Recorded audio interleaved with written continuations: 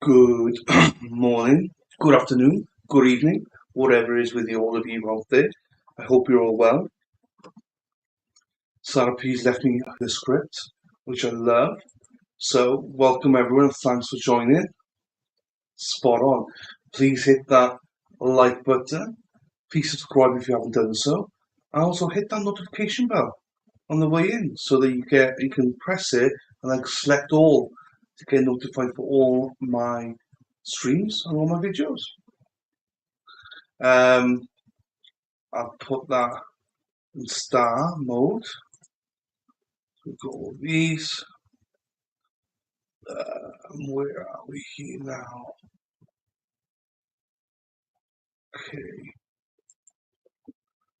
Then you can obviously join the alternate corner. I won't promote too much here because nobody's here to promote too. But for those that are watching a replay, if you want to become a Blue Wench or a Taco Club member, then just press that join button and you can do so.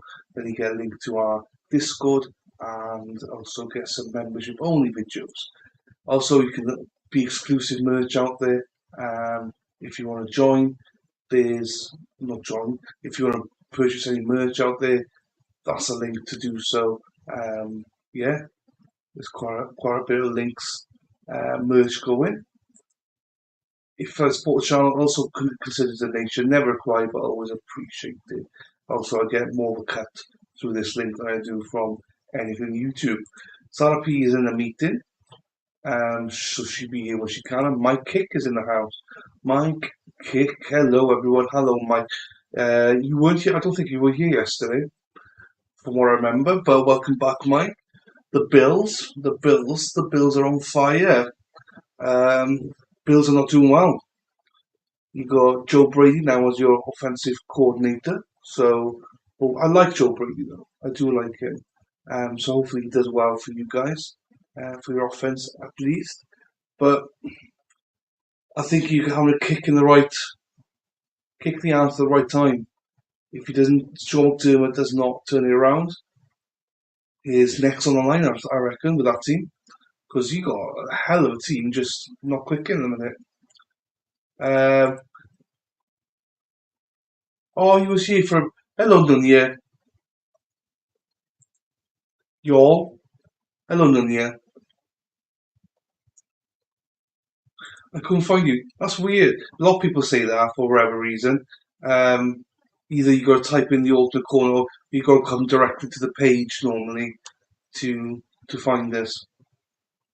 Um, So yeah, unfortunately, sometimes it doesn't. I don't for whatever reason. I'm in the bad books of YouTube. Um, that you got to go straight to my channel and go to live normally to catch me. But it's okay. Dunya, you were wrong. You were wrong. It's all good though. Hope things turn around for sure. Yeah, I mean, with that talented roster you have, it's just too talented, man. You know, you've got such a talented roster that it's wasted at the minute. And Diggs Diggs is like a big baby, so if he doesn't get what he wants, you got Gabe Davis as well. He'll want a payday. Yeah, you just need to sort something out there. My bad guess was a verdict. Yeah, not a verdict it was, but it's okay, no, yeah, it's okay. You've got to be at least wrong once a day. And good morning to them, yeah. Yes, he is. I like Diggs, but Jesus, sometimes just oh, Sky, yeah. Well, oh, they're not for me. No, that's fine then. Um, I'm a big girl. I can admit when I'm wrong. Oh, oh. We're starting off. We got Grumpy Nunya. Have we got Grumpy Nunya this morning? Are you grumpy this morning, Nunya? Right. Let's get going. I'm not going to wait around. Let's get going with this trial. Murder trial. Um, State v Dixon. I think we're squeezing this one. No. Oh, you just have a pop at me then. That's all good. Right. We've got this now. Judge Boyd. Let's add it to stage. Right. I'm not sure what's going on here. They got some sort of sidebar.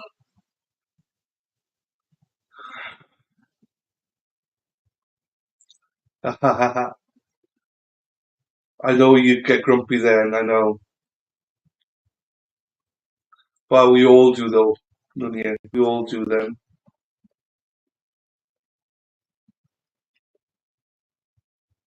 Oh, oh, sorry, my bad. I don't And know. the defense have no objections with letting you know that the witness who's sitting here, the person who's sitting there, is actually his attorney, Mr. Cornelius Cox. All right? Just so you all know, in case you're wondering who that was. I know that I've told you time and again, sometimes students come in here and sometimes other people come in here just to view things, but he's actually here because he's his attorney. All right, state, call your next witness. The state calls Versa Austin, Your Honor. All right, could you raise your right hand for me? Do you solemnly swear and affirm the testimony you give will be the truth and nothing but the truth, so help you God? Sir? Yeah. All right, you may lower your hand. And if you'll state your name for the record. Versa Austin. All right, state. Thank you, Judge. And Mr. Austin, to make sure that this microphone, if you just speak into it, if you need to, you don't have to get too close to it, but just make sure you speak up so that everybody can hear you. Okay, sir? I mean, you have to answer out loud. Is that okay? Sir. Thank you, sir. Jesus, this witness does sir, not you want to go be there. by a nickname, Juicy. And that's how most people know you, is that correct? Yes, yes, sir. And do you live in San Antonio? Yes, sir. You live over there, close to East Moto's apartment, plex? Yes, sir. And what do you do over there, sir? We just walk around, hang around. And I've spoken with you before at your house, is that right? Yes, sir. And I spoke to you about a shooting. Do you recall that? Yes, sir. And do you remember that day of that shooting? Yes, sir. And do you remember being present when the shooting happened?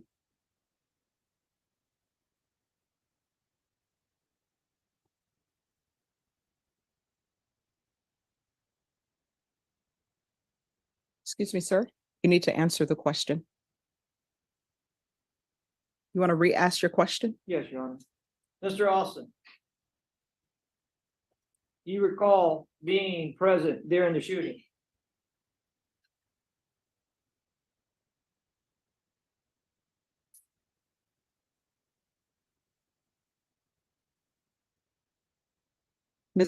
Mr. Austin?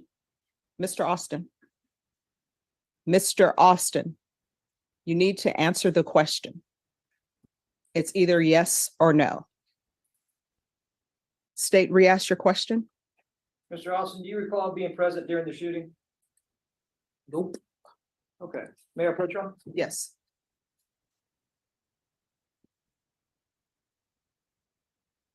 I want to show you what's marked.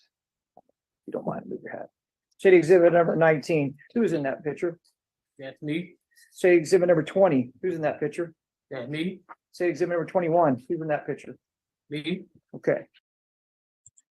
No, but we will be watching Tim Ferritter today. His sentencing.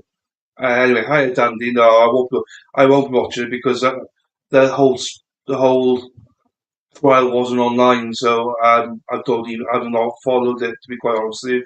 So I won't be watching it now.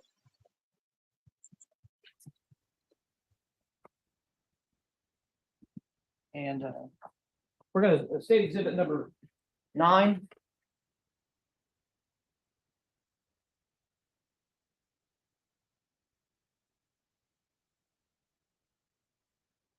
Mr. Austin, are you familiar with this this video here?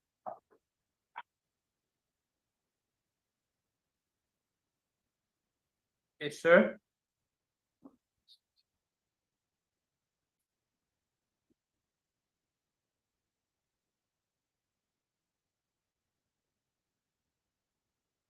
started at 15:42:38.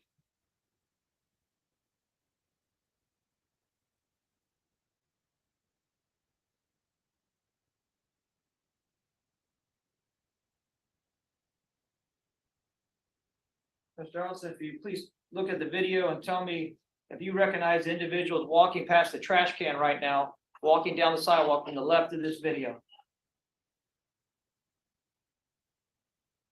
Nope, none of them. I'll stay in one spot too long. I'm sorry, Dad? I'll stay in one spot too long. I move around. I'm sorry, Judge, I didn't hear it. Can you repeat that, please? I do not stay in one spot. I do not stay in one spot at all. I move around. Okay, you move around. So somebody else said that you were in this video, they'd be wrong? Yeah, I was in the video, but when I hear gunshots, I don't stay in one spot. I'm sorry, did you say if you hear gunshots? When I hear gunshots, I don't stay in one spot. I move around. So if you hear gunshots, you move around. Yep. That's smart. If you look at the video again, can you tell me if you see yourself in it?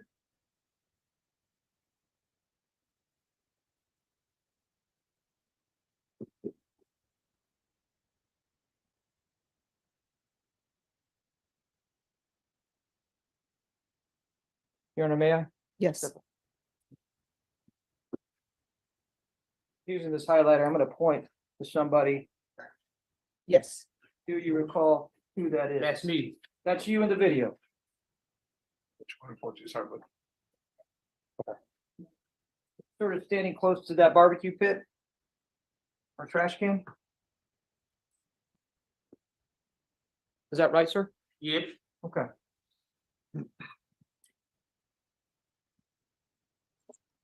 I guess so, because he's really involved properly. In what way, though? I'm not. I am. I'm gonna start it at the video. The next video is 15:45:07. You're still standing in the same spot. Is that correct? Yep.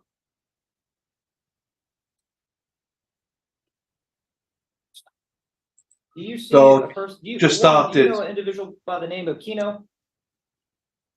But this is hard to Why watch. you ask me these questions? Excuse me, sir. You are just to listen to the question and answer the question. You're not allowed to ask questions. Do you understand? All right, ask your question. Do you know an individual by the name of Kino?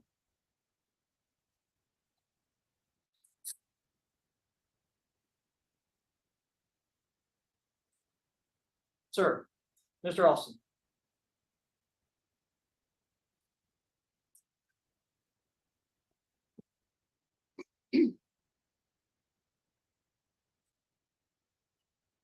Just one moment. Ladies and gentlemen, if I could have you step outside for just 2 minutes, please. Everyone, please rise for the jurors.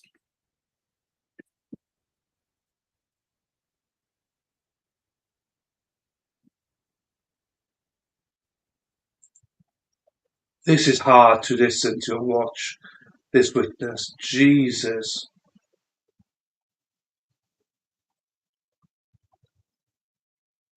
He's got a lawyer next to him. His lawyer's right there. None yet. Hi, John.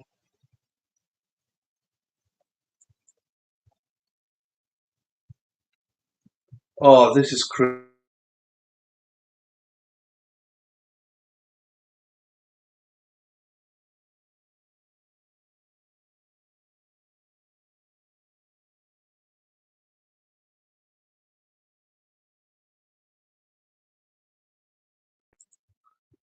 The witness is this.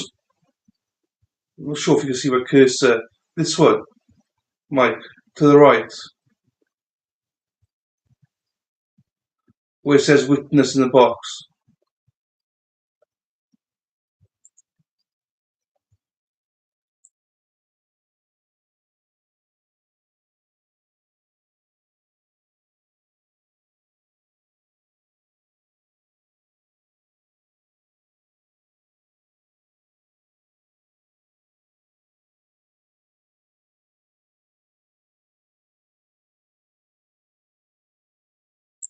Hello, Sarah P. Thanks for doing all those scripts as well. Thank you. Hope your meeting went well. This is the most cringe witness I've ever seen in my life. They've just had to send the jury out to basically tell him you have to answer the questions. That's his attorney bollocking at him.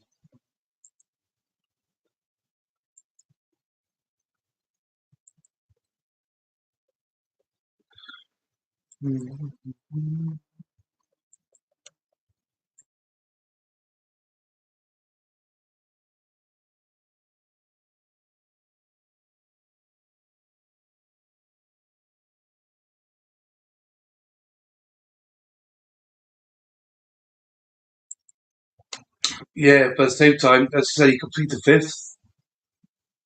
Do something. Don't act, just plead the fifth, as you said, Nunia. You can plead the fifth.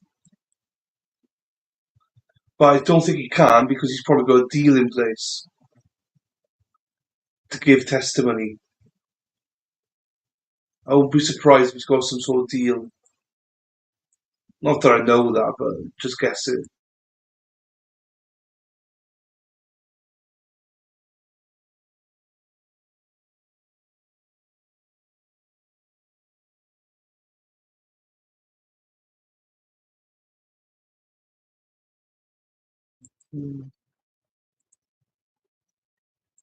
Hi, Sharon. Lovely to see you. So Sharon's another mod for Recovery Addict. Thank you, Sharon, for popping in. Hope you're doing well, Sharon.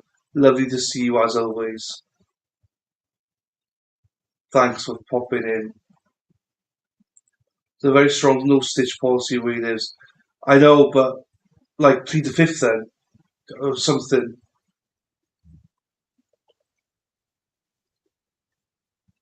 Or if he's got a deal, don't take the deal. Hello, Sharon. Hello, Sharon. Everyone, please be seated. All right, state it's your witness. Thank you, Your Honor. Mr. Austin, as jury went out, I was asking you a question. You know an individual by the name of Keno? No, sir. You don't? So, did you speak with me at your house, Mr. Austin? Yes, sir. Jesus. Yeah, please hit the like button, guys. Please. I mean, 5 likes or 6 likes, whichever one it is. Please, please, please hit the like button. Would be much appreciated, guys. Thank you. On your porch, Yes, sir. and your mom was there, right? Sir. Her name's Maggie. Yes, sir. You remember talking to me about this shooting in front of her? I told you, when I move, when I move, but when I be a neighbor, I'm telling you, I was staying I do not stay in one spot, I moved around when I hear shooting. That's it. Mr. Austin, can you look at me? Do you recall talking about this shooting with me on your front porch? I don't know. Is that a lie, Mr. Austin? I said, I don't know. So you don't recall me being on your front porch? Objection, Your Honor, asked and answered. Overruled. Sir, do you recall me being on your front porch? Yes, sir. Do you recall us speaking about the shooting?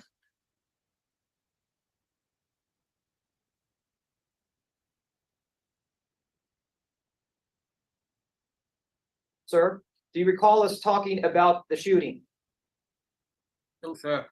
You don't. Do you recall telling me who did the shooting? I told you, when I hear shootings, I don't stay in one spot. Sorry, can you repeat that? I told you, when I hear gunshots, I don't stay in one spot. That indicates that you were at the shooting, sir. Is that correct? But I left though. Yeah, you did leave after the shooting. Correct? No, So when did you leave? I left before the shooting started. I left. So if I have a video showing you running from the scene after the shooting, would that video be a lie?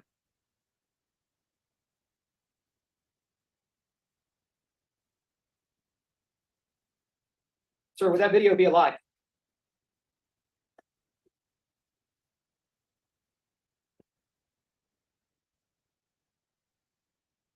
Sir, would that video be a lie? Yes, sir. I left. I left before the shooting started. I'm gonna show you what state exhibit number 9 again, a different angle of the video.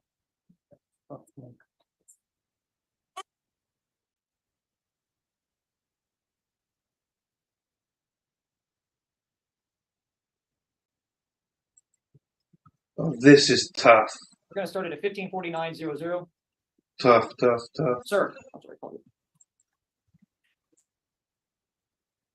And defense, you're welcome to move around. Yes, Judge. We're okay for right now. Sir, can you please look at the video? Do you need to move closer? Sir.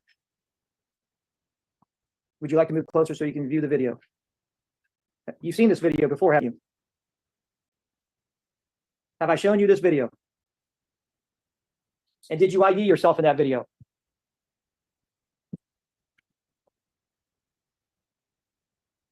That you witnessed the shooting?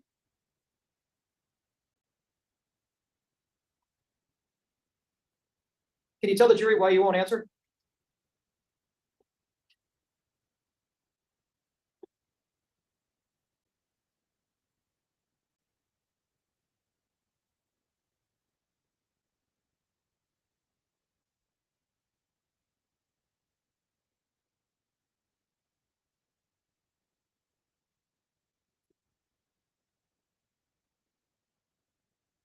Your Honor, the state would move it to evidence state exhibitor 19, 20, and 21. We'll tender to defense for any objections.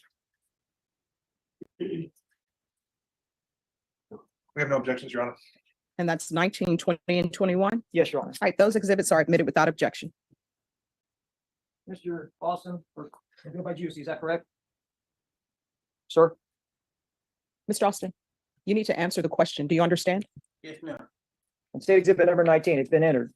That is you in that photo, is that correct? Yes. That's you leaving after the shooting from the parking lot, is that correct?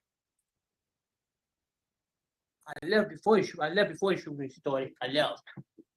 So the video is a lie? That's a question. I'm gonna object to the form of the question. Your Honor, this, All right, that objection will be overruled. thank you. That video is a lie then, is that correct? Is that what you're telling this jury?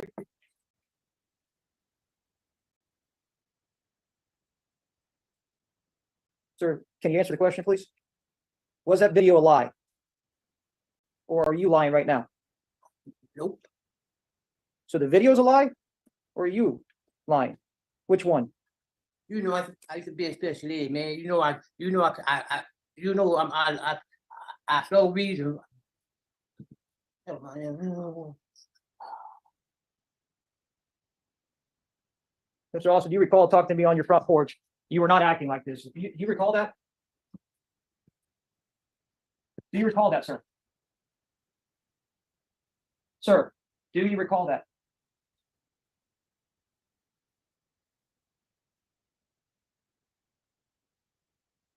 May I propose to the jury, Your Honor? Yes.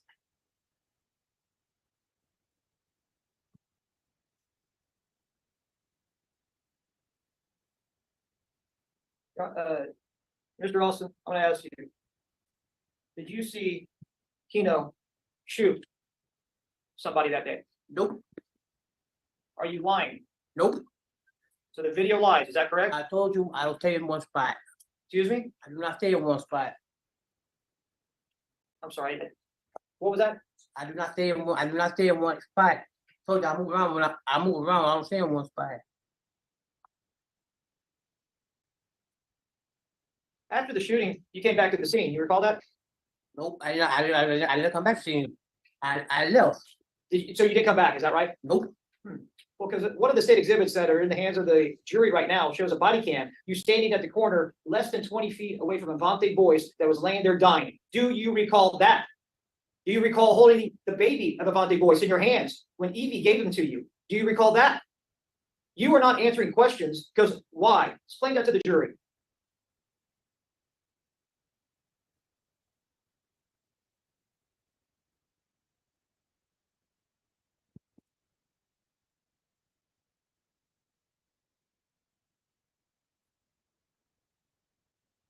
State exhibit number 9 at 14:49:13. If you're viewing the video, sir, please.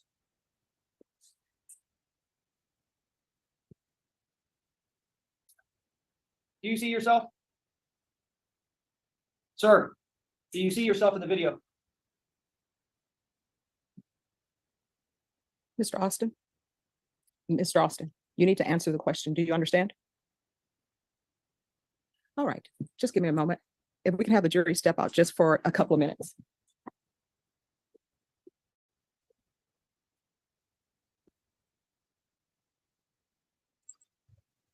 This is not, I don't know. He doesn't want to be there. He's got an attorney right next to him. Why is he not pleading the fifth? Or something, I don't know. It's a state witness.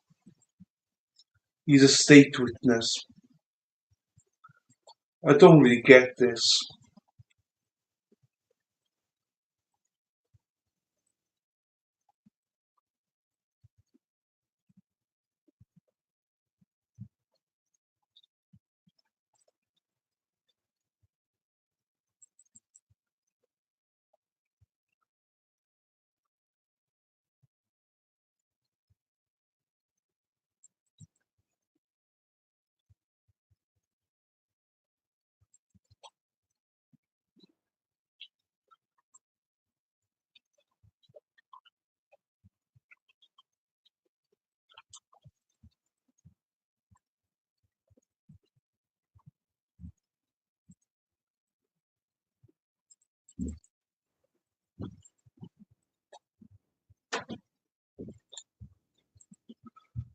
Yeah, I don't know what they're going to do with him.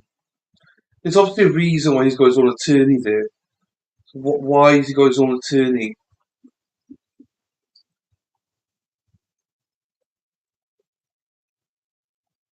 Oh, also, I'm not really sure now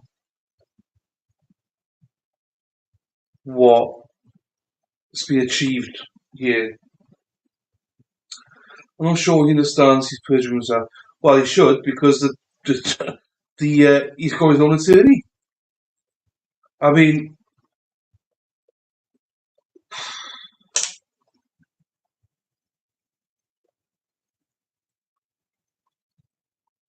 this is my moment.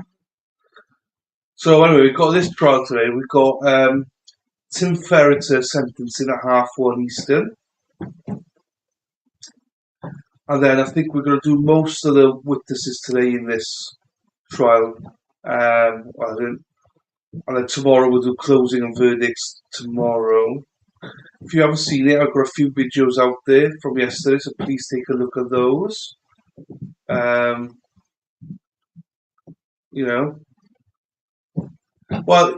what doesn't make sense to me is, why is he got an attorney? Why has he got his attorney? Why has he got a personal attorney then? I just don't quite understand this.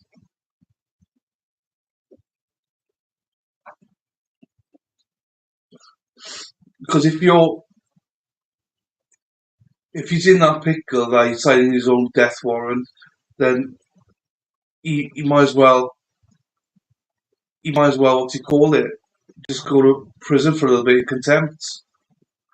That'd be just saying he said he was in special ed class. That means really, yeah. No, I understand. He could obviously, he's got learning disabilities there. Is that why he gets an attorney? Maybe you saying, is that why you think he's got an attorney?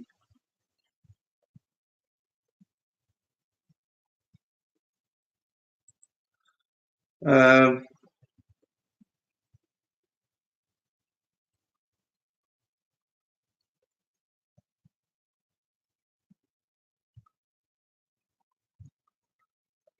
it's quite tough to watch it. It's quite tough to watch.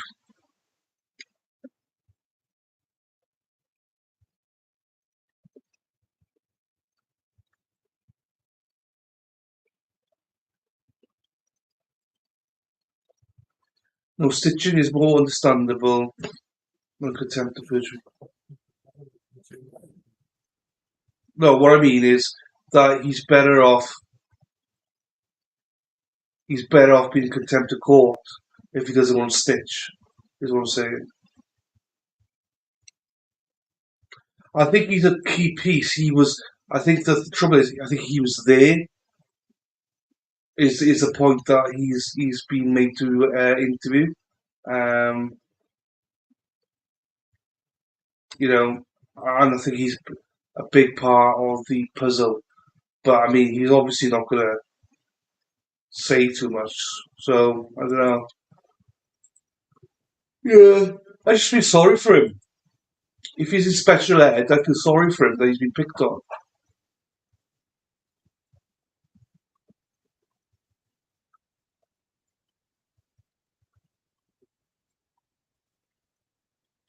He did see the shooting there, and that's why he's there. He saw it firsthand, or he supposedly saw it Everyone please firsthand. be seated. And state you can continue with your questions. Thank you, Judge. I'll try to be brief here. Mr. Austin, one, I'll ask you again. Do you know who Keno is? Yes, sir. You do? And is that person here in the courtroom today? Yes, sir. Can you please point him out and identify article of clothing he's wearing?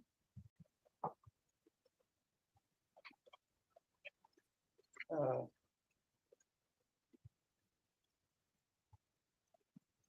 I'll ask you this question. I'll withdraw that question. I'm gonna ask you this question. What did you see Keno do that day of the shooting?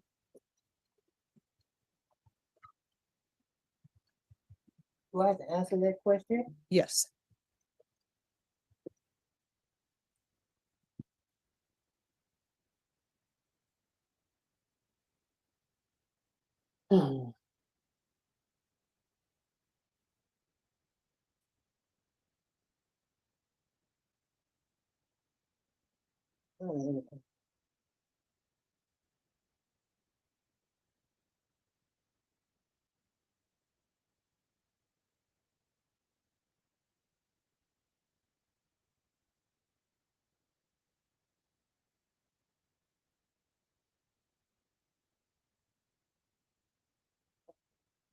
All right, state, re-ask your question.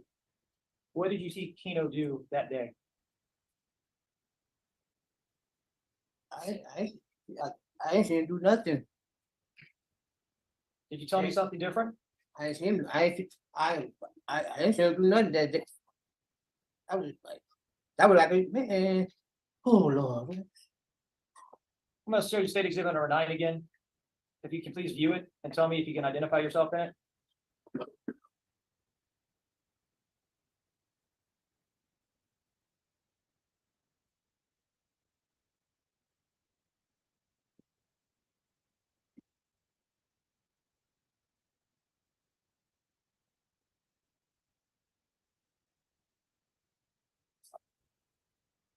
Sir, can you please look at state exhibit number 9, the video?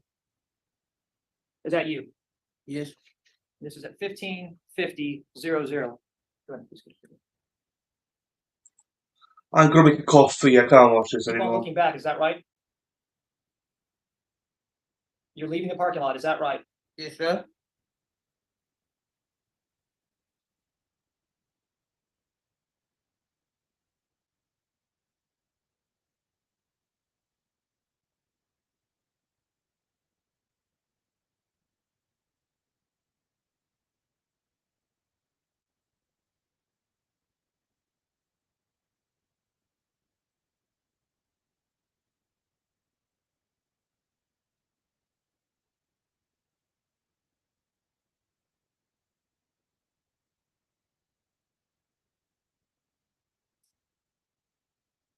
Mr. Austin, do you know whose car that is?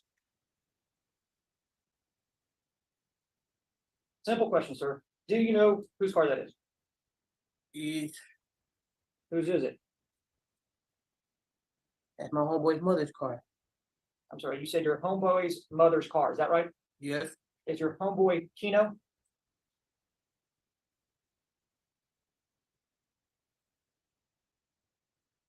Sir, is your homeboy Keno? I got a whole lot of homeboys. Well, is one of your homeboys named Keno?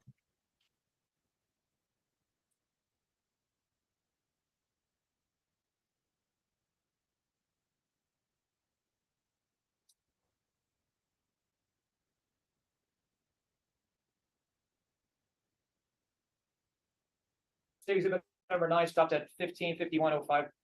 You know who that is, right?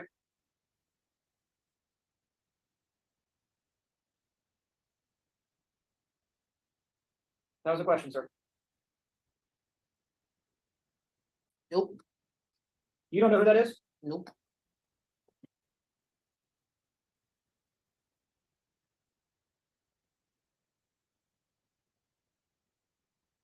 With Mark State Exhibit number 11.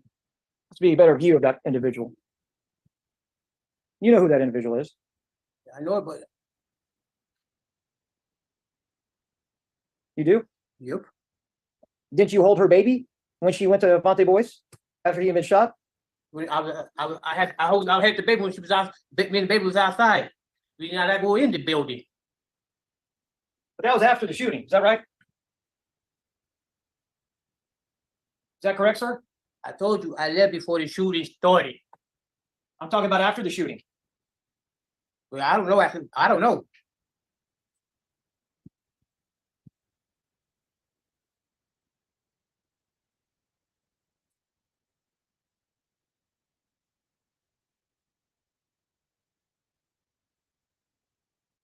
You don't know.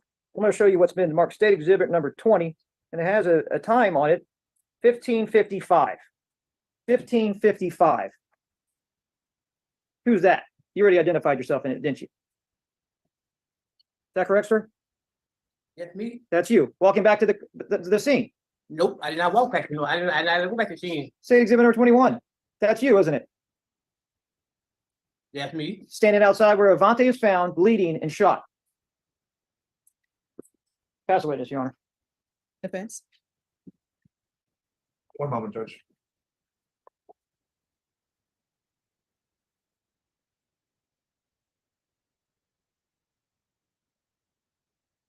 Sir, you don't know who did the shooting, do you? Nope. We'll pass the witness, Your Honor. Mr. Olson? Are you scared?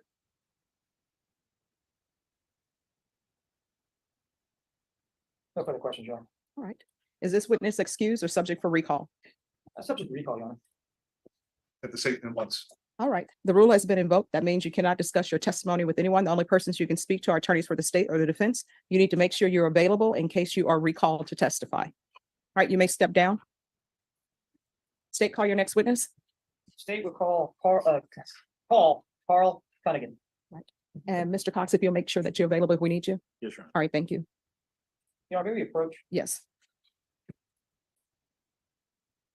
Oh, Thanks, you all approach.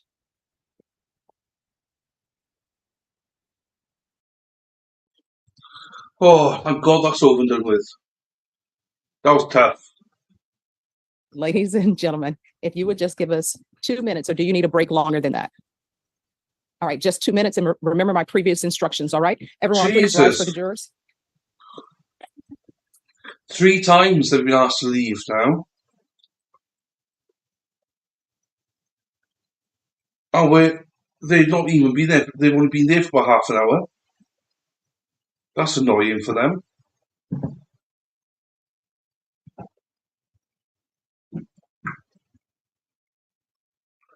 This is my moment. Hello, but how is chat? Chat's very quiet today. I hope everyone's doing well in chat. Just you're very quiet. I understand that was a little bit cringe, so I get why everyone's quiet. Oh, everyone, please be seated.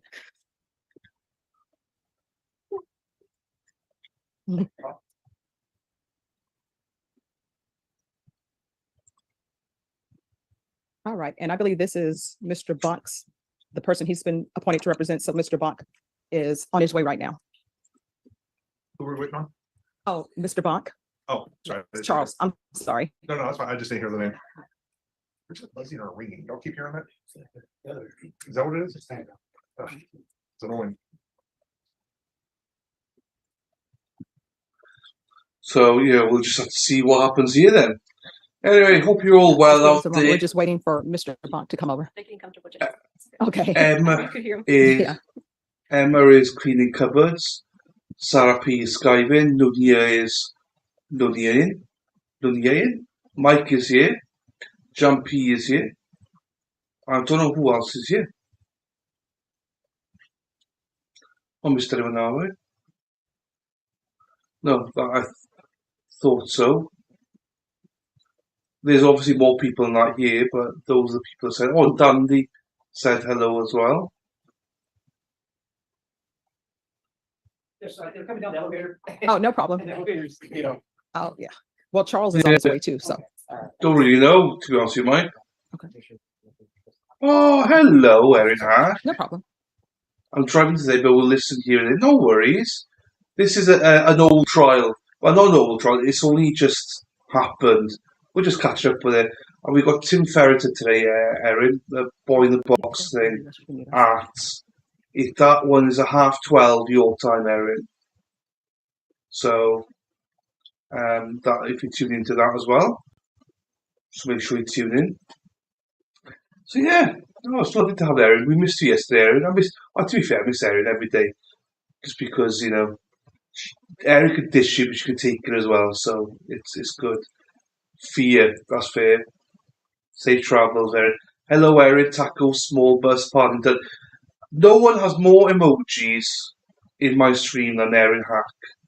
She's got 2 toys, one named after her, another one called Paddington because of her. She literally is turning into the Erin Hack show. This show is literally all the emojis about her, mostly. Jesus, it's the Hack show. Boom, boom, boom, boom, boom. It's a Hack show. Boom, boom, boom, boom, boom. Okay, I'll try to be here for. No worries. I'll just play afterwards, Erin. It's all good. It's all good.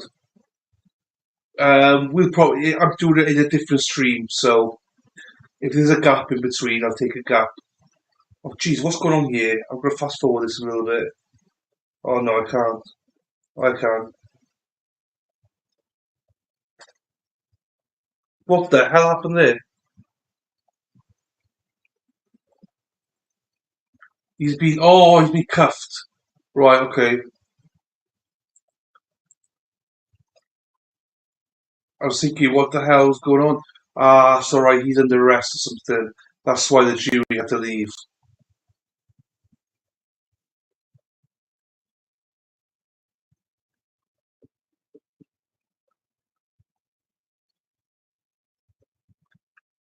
Right, the jury back in.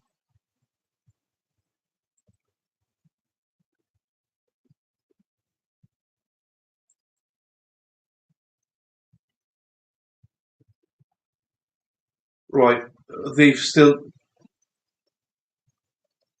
Oh, hang on, no, it's fine.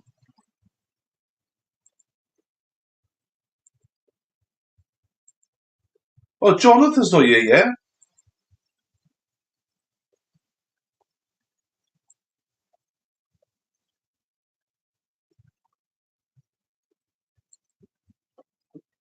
Jury come in. She's fine. She left a comment on my video last night. Terry's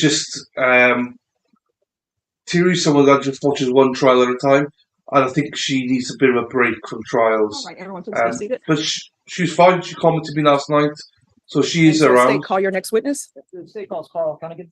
All right, and ladies and gentlemen of the jury, as previously stated with the last witness, I inform you that Mr. Cox was representing that witness. The person here today, without objection from the state of the defense, letting you know, is Attorney Charles Bach, and he's going to be representing this witness. All right, could you raise your right hand for me, please? Do you solemnly swear or affirm the testimony you give will be the truth and nothing but the truth, so help you God? All right, you can lower your hand. Make sure you keep your voice up so that the jurors, the attorneys, and the court reporter can hear. No All right, worries. state. But she is sick, obviously. But Mr. Cunningham, can you please just tell the jury what you do for your living? Right now I do maintenance, preventative maintenance at an apartment complex here in San Antonio. And is that apartment complex East Meadows? Yes, that's correct. Does that include the Wheatley senior living? Absolutely. And that's located here in San Antonio on the east side, is that correct? Correct. Okay. And I'm gonna go ahead and jump right in. March 31st, 2022, were you working that day? Yes.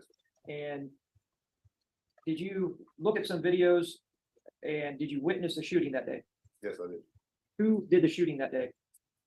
Who did the shooting? Yes, sir. Guy named Vernon King. And does he have a AKA or a nickname? Keno, that goes by Keno. Do you see that individual in the courtroom today? Yes, sir. Can you please identify him by article of clothing and point him out? Sitting right here. Let the record reflect that the witness has identified the defendant in this case, please. Now, I'm going to show you. Well, let me ask you this. You were working that day, and how do you get around the complex when you're working? We get around through golf carts. The golf cart? And what brought your attention to Keno and the people that he was with that day? Well, I was on my way to one of the senior officers to talk with one of my fellow coworkers about an issue we had going on with some water leaks. And on my way there, I could hear some commotion. It was kind of loud, mostly women. So on my way there, once I made it to the senior facility, going into the gate, entering the gate, I can actually now see where the commotion is coming from. So I see females engaging in vulgar language and arguing, and it got a little physical or whatnot. So I was there kind of spectating, trying to see what was really going on or who was causing the confusion. And so you stated that you were coming down the street. Do you remember what the name of that street was? Yes, that was Hayes. Hayes Street. And then did you turn into the parking lot of that complex? Yes, I turned into the back parking lot of the senior facility, which is also half and half of the East Meadows. Okay. I'm going to show you what's been marked and entered in evidence already as state exhibit number 9. If you look at the screen here, I'm going to start this video at 15:48:00 and tell me when you see yourself. Right now, entering the gate coming from the Hayes Street side in the golf cart. And so this golf cart that you see entering on the right side of the screen, that would be you. Is that correct? Yes. Okay. And can you just say in the direction to the left of I guess I'm assuming you're all the way to the right, but where's this commotion that you heard about the loud commotion coming from? The angle that I'm facing in the golf cart right now, the commotion will be coming from my right. Okay. And is it near something that's identifiable in this video? Yes, it is near the dumpster areas and And the pavilion. okay. And that pavilion, is that an awning with picnic tables underneath it? Yes, And is there a vehicle parked, or I guess in this video, it looks like there's 2 vehicles parked near that pavilion. Is that correct? yes. What's the vehicle that you can identify? Well, can you identify the vehicles in that video? I see a red Chrysler and a black looking Mazda And is the Chrysler like a car or SUV? car. And is that where the commotion is coming from? Yes, that's where all of the commotion was centered.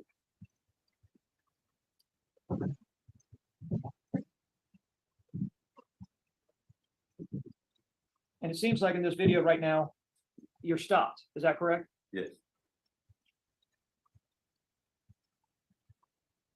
I think you just like men anyway, don't you? Don't you? Men, full stop. It seems like this time you're moving just slightly. Yes, like still spectating to see what's going on in our commotion.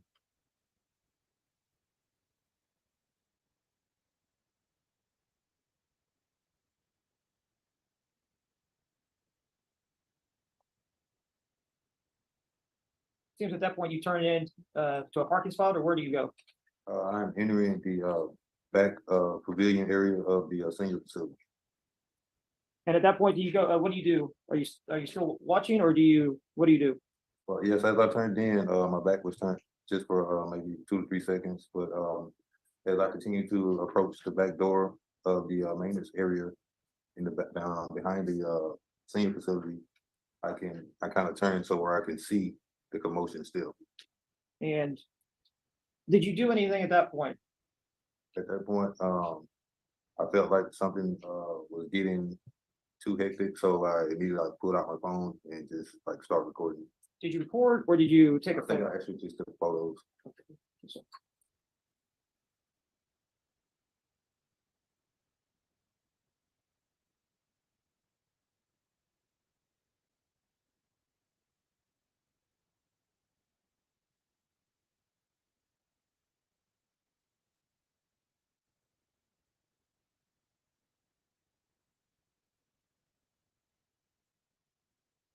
Now, I'll show you what's marked state exhibit number 22. Can you identify that? Yes. And what is that? But this area is a little break area for the maintenance guys behind the senior facility right here. This is the back parking lot. And I see the red Chrysler 300 with Mr. King in a all white jumpsuit. An all-white jumpsuit? Yes. And is that the same individual that you know as Keno? Yes. And this was a fair and accurate representation of the picture that you took that day? Yes. Your Honor, the state moves to enter into state exhibit number 22. Will tender to defense for any objections.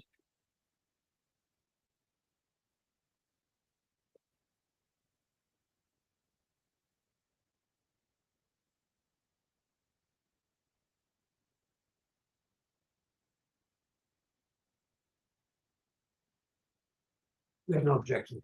All right, State's Exhibit number 22 is admitted without objection. Your Honor, maybe I publish it to the jury. Yes.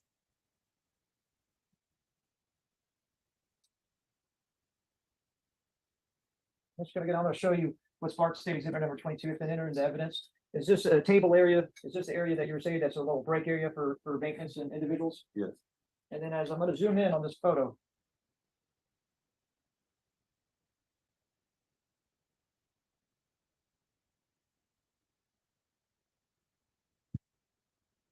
Right here, line pointing. Is that the pavilion or the awning? Yes. And then I'm going to point at this right here. What is that?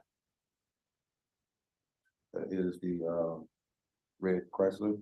And then is that a person right there in all white? Yes. And is that the individual you have identified as Keno? Yes. And it looks like from this picture. Where's his arm? The arm is kind of over. Did you see Mr. Vernon, Keno with a gun that day? Yes. And did you see Keno shoot that gun into the car? Yes. After he shot, you recall what Keno did? After he shot, Yes, sir. to me, apparently, if I could recall, it seemed like the gun that he had was handed off to someone else. And after that, I really can't remember all of it, but I do remember the part where the gun was handed off. Mhm. And everybody kind of was spreading out or whatnot. So that's kind of like when I kind of, Okay. Do you recall if Keno got into 300 Chrysler or did he get in any other vehicle after the shooting? after the shooting, there was another vehicle, kind of like a Mazda 7 looking kind of car. That was the car that the assailant left in. And that particular vehicle, was that the vehicle that was shown in the video earlier? Yes. And did that vehicle, that SUV, did it leave the parking lot? Yes. And were you still outside when it left the parking lot? Yes, I was still out. Could you hear anything coming from that vehicle? Yeah, I heard some loud words being exchanged where I was very irate to where questions were asked like, why did you do this? Or I told you to come on, or and things of that nature, but I couldn't really hear it in plain sight with And was that a male voice or a female voice? female. Female voice? And where did that vehicle go then as it passed by? It exited out the gate, took a left, went south on Hayes. Thank you, sir. We'll pass the witness, Your Honor. Defense. Carl, my name is George Schaefer. I'm a defense lawyer, okay? Yes, sir. If I ask you a question that you do not understand, rather than try to answer it with something different, stop me and I'll rephrase it, okay? Okay. On the date that these events happened, you were asked to give a statement to the police. Yes. Do you remember who you gave that statement to? I can't remember his name right off. Did you talk to any of the police there at the scene? No. Now, you indicated that you were driving through the gate and you saw this commotion to your right, right? Correct. And from where the gate is when you came in, did you already hear the commotion? Yes. Okay, and that was a bunch of women's voices you heard? Yes. When I first started hearing the commotion, all I could hear was mostly women. Okay, you can't recall anything they said or anything like that, can you? No, sir. Because they were pretty far away, weren't they? Well, they was far, but I still can hear the pitch of a female voice. I understand. from where you were in the in the golf cart to where the commotion was coming from more than 100 feet? No, I would say no. How long do you think, what do you think the distance might be? From where I was, as I entered the gate Yes, from the commotion, I would say maybe 30 yards. okay. So that's 90 feet, right? Yeah. Okay. And then at some point, you leave the area to enter the parking lot and you turn left to go to the back pavilion, right? Correct. So you're creating more distance than between yourself and what's going on. Correct. Okay. And may I approach the witness, Your Honor? Yes. You're still in the golf cart, right? Yes. And the golf cart is going forward, right? Yes. And all this commotion is behind you, right? Right. Well, aren't you watching where you're driving? As I entered, Yes. as I entered to the back pavilion, Yes. like I said, I turned around maybe 2 seconds. But there's a small curve that once you go in, it's a small curve you go around. So when I turn to left, it turns me back into the direction of the motion. So for a while, you can't see anything and then you turn and then you can't. Yes. Okay. And now you're probably over 100 feet away. Correct. Now, when you first started talking to the police there at the scene, okay? You were scared to talk to them, right? I never talked to the police at the scene. Okay, I talked to the detectives outside, away from the scene. okay. Did you go down to the police station then to make a statement? No, sir. So whatever you told the police was there at the location. Correct. Now, when you saw the girls fighting, you didn't know who those girls were you? Did you? That's correct. I did not know. And I suppose to this day, you still don't know who they are. Correct. Now,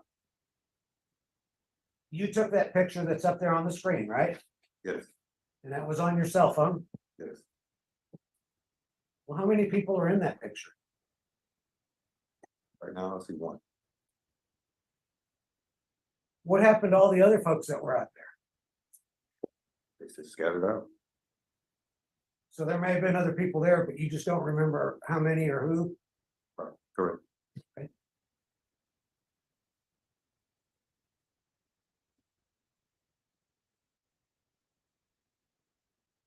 How long have you worked there at those apartments, by the way? It'll be 4 years in March.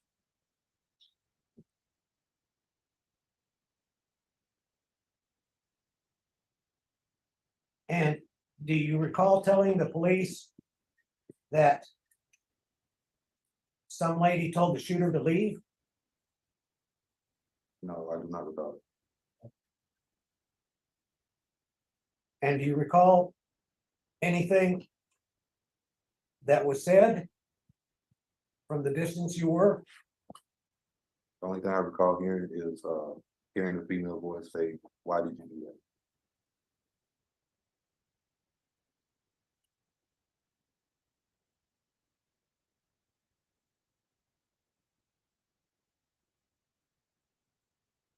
I assume that you're a little bit fearful about being in court today. Okay. You're okay? Do you feel that by testifying today that it hurt your job or anything like that? No, sir.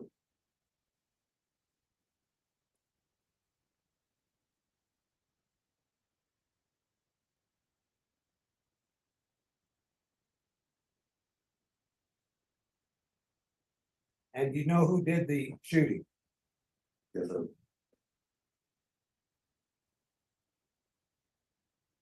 And the gun was handed off? Yes, sir. That's exactly what I saw. You know who the gun was handed off to? No, sir. You don't know if it was a man, a woman, or whatever. Oh, yes, it was a male. Do you know who that person was? No, sir.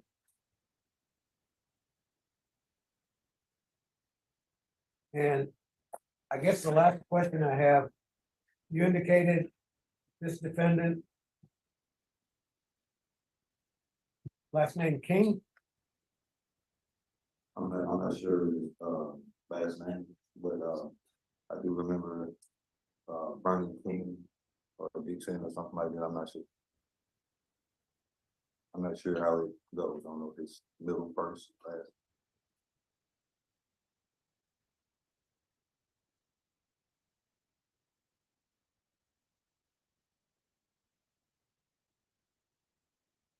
You also saw another short black male leaving the scene, correct? So black male, Yes, sir. no, I did not. Didn't see someone wearing a yellow, white, and black striped shirt?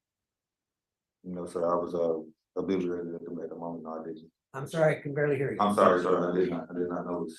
Okay. Sure. Do you know who Juicy is? I know the name, and I know the person, but I don't know his real name or where he lives, anything like that. But Yeah, I yes, understand, but you know the short guy named Juicy, right? yeah, yeah, Was he there that day? I didn't see him.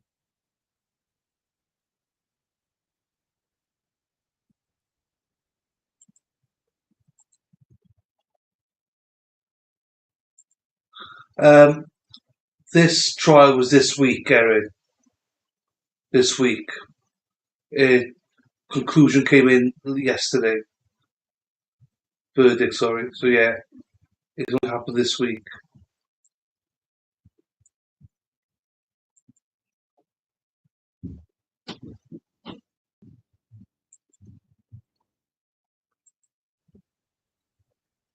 You know someone by the name of Fat Fat? No, sir. No, or maybe. I don't know then.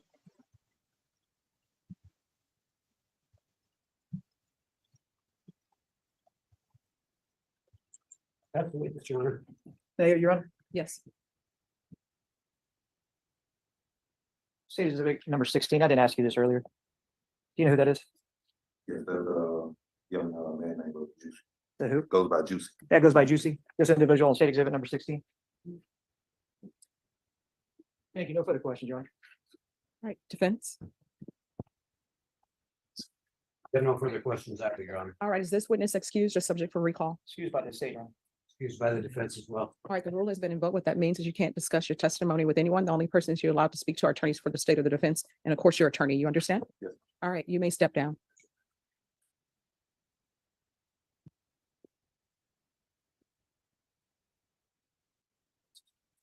Yes.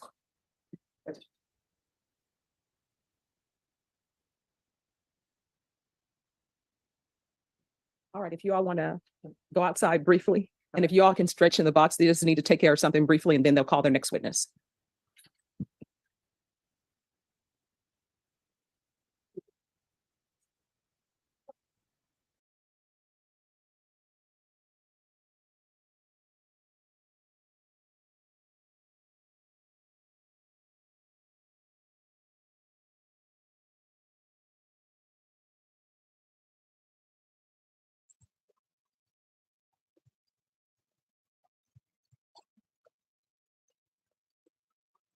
Yeah, there's a video. We don't get to see it though. Well, we haven't got to see it so far.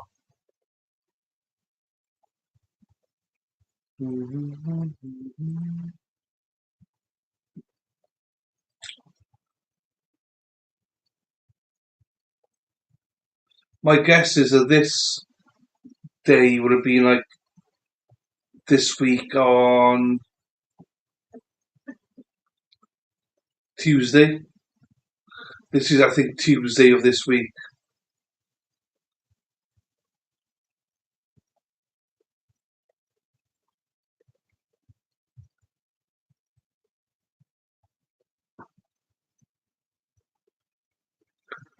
I don't know if she is or not. Jesus, come on. And ladies and gentlemen, again, without objection from state or defense, Mr. Bonk is here because Mr. Bonk is her attorney today. All right. See. Thank you, Your Honor. I guess first, your true name is Elizabeth Pearl Barnes, but would you like me just to? I got you, can yeah. call you I got Pearl? you. Pearl, okay, that's what you go by? All right. Yes, Let me This is ask you this. Pearl. How are you related to the defendant in this case? it's my son. That's your son? And is that individual sitting to my left, over, wearing a striped shirt? Yes. Okay. And I can see. And that is your son, is that correct? Yes. Okay. Now, ma'am, I'm gonna ask you if you could go back to March 31st, 2022. What were you, well, particularly around when school gets out, what were you doing, when the school gets out around 3:30-ish or 3 o'clock, 3:15, somewhere in there? What were you doing at that point, if you recall? Picking my grandkids up. And your grandkids are, who's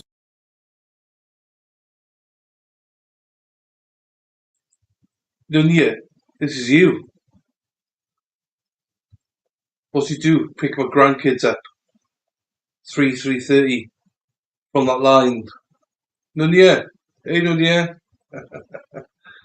What day of trial is this? This is part 4. That's what it says. Part 4. No idea. And it's like there's like 8 parts. I believe it's I believe it's Tuesday of this week. Yes, this trial. But that's a guess going by all the parts. But I'm not 100%. You know. But it's true though. Bite me. It's true though. She just said, "What do you do?" And she said, "Oh, 3:30. Oh, I look after my grandkids and go to the car line. Go pick up my kids." He says, "Yeah." whose kids were those? I got so many of them. Well, that's good. Okay. Well, I mean, let me ask you this, just to be more direct. Were some of the kiddos belonging to your daughter, Jackie Dixon? Yes. Okay. And where do you take these children after you pick them up?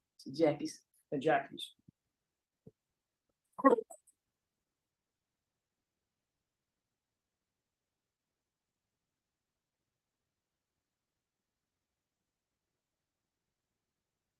And defense, if you would like to move around, you can. Yes, we're okay for right now. It's just, Yeah, we're fine, Judge. Thank you.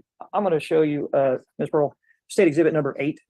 And sorry, I had to wear glasses on me. Now, this is sort of a bird's eye view. This has been entered into evidence, and you see some circles on here. And this circle right here, it looks like it says Jackie, is that right? Yes. And is that where Jackie lives in that apartment? Yes. And that's off of Hayes Street, is that right? Yes. And then the front door leads to Hayes, the back door leads to this parking lot, is that correct? Yes. Okay. And who is, I'm unique to you, My granddaughter. your granddaughter, and she also lives over here, is that right? Yes. But in a different location. Yes. And is it roughly this area right here where she lives? Yes, I can. Yeah. Yeah, she's I'm still- sorry. You know, that's where Jackie, Yes, it is. Area hack. It's the Alamo. Yes. And she stays on. Yes. okay. And then if you look back here, you see a pavilion, a little Yeah. awning, is that right? Mhm. Okay. And the state exhibit number 8, does that accurately show what that location and like look like? I'm sorry, sort of, that's the question. I'll withdraw that question and ask you this. This, what you see on your screen up here, Uh-huh. state exhibit number 8, is that an accurate and fair representation of the apartments and who lives at those apartments? Yes. Okay. And on that particular day, when you picked up your grandkids and went to drop them off back over here, where did you park? In the back, I drive around to the back. Where you say that pavilion is? Okay, so that would be in the back, would be in this area, is that correct? Yes. And so you pulled up in your vehicle. And what type of vehicle do you drive?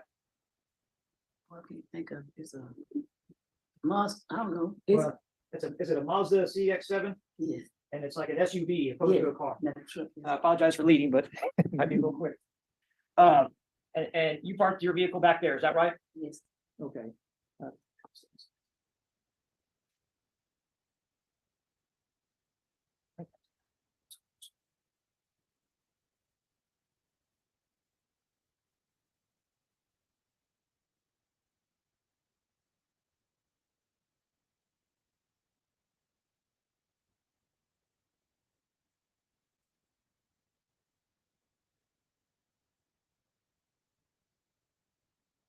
Ms. Pearl, I want to show you what's marked state exhibit number 12. sorry, I just want to make sure I'm not shaking to it. Is this you in the vehicle? And is that you entering the parking lot there? Yes. And that's earlier in the day, is that right? Mhm. And you're dropping off your grandkids? Yeah. Okay. And then you go into the parking lot and park, is that right? Yeah, letting them all out, yeah. Okay. State exhibit number 9. I'm gonna show you. Explain that with.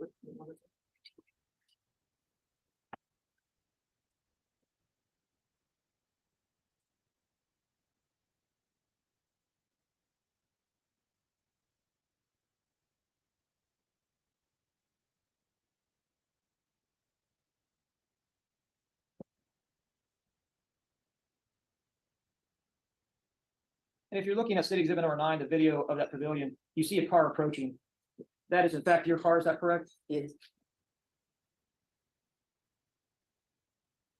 And in this video, you also see another vehicle close to your vehicle, but parked sort of, I guess, perpendicular to yours. Do you know whose car that is? Yes, Whose car is that? it's my son's. Your son's?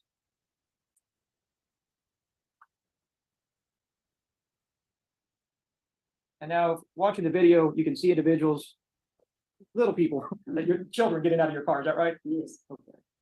And do you exit your vehicle? The exit, letting the kids out, yes. Yeah, but did you get out of your vehicle? Do you recall that? Yes, And is that you walking across right there?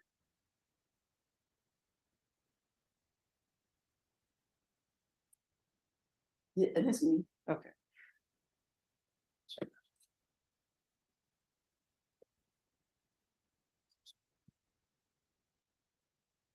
I'll show you again, state exhibit number 9, but just a little bit different time.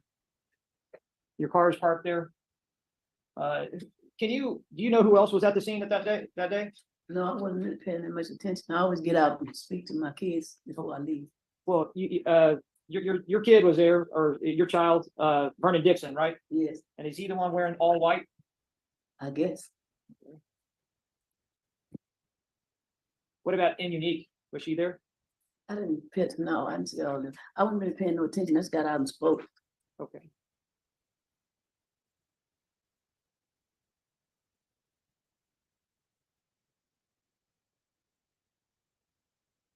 But at this particular time, you're out there standing closer to that red 4-door 300 Chrysler vehicle. Talking to everybody. If you don't mind, I'm gonna go ahead and fast forward it just a bit.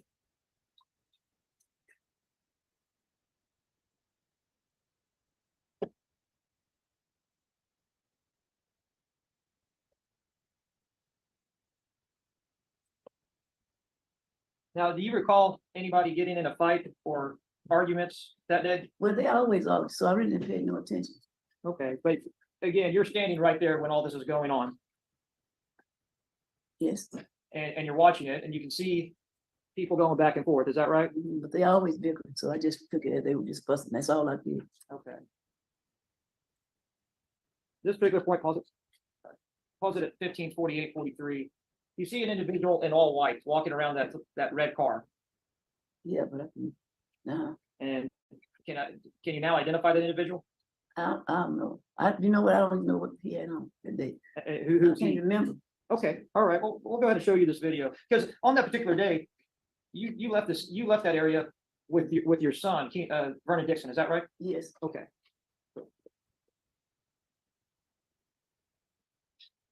But the person all in white gets in the vehicle. Is that right? yes,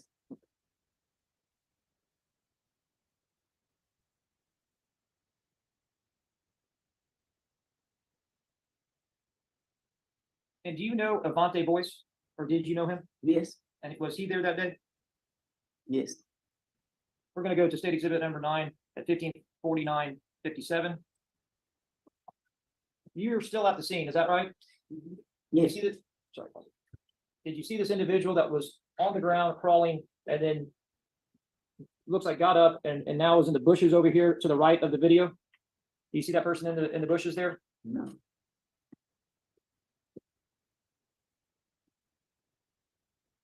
Your Honor, may I step up? Yes. I'm gonna use this highlighter as a point. I'm pointing at this individual right here. See him in the bushes there? uh-huh, Do you know who that individual is? Devontae. Avante? Mhm. And you know Avante, what happened to him that day, right? Not really. Okay. But you know that he's not here any longer I with know us? that. Okay. But you're still over here, is that correct? Uh-huh. Okay.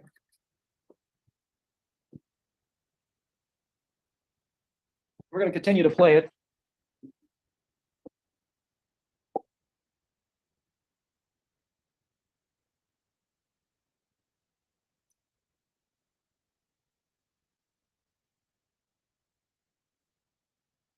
Is that you entering your vehicle? Yes, And who enters the vehicle with you? my son. And was he wearing all white? Yeah, that's him.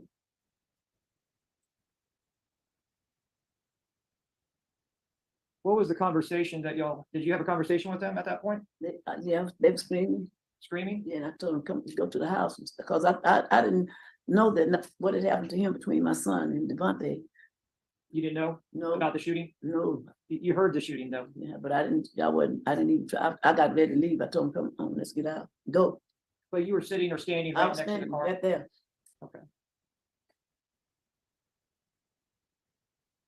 I'll show you what Smart State Exhibit number 17. It's been entered into evidence already, ma'am. Yes.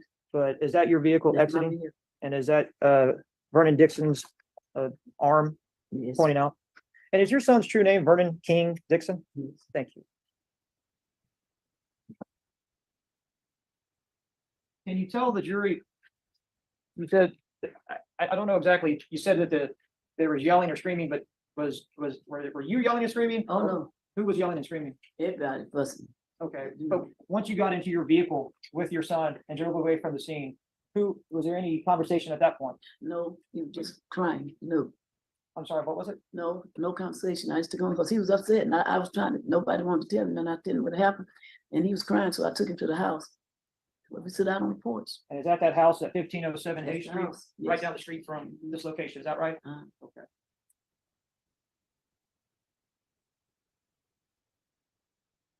And is it your testimony that you don't know who shot Avante Boyce that day?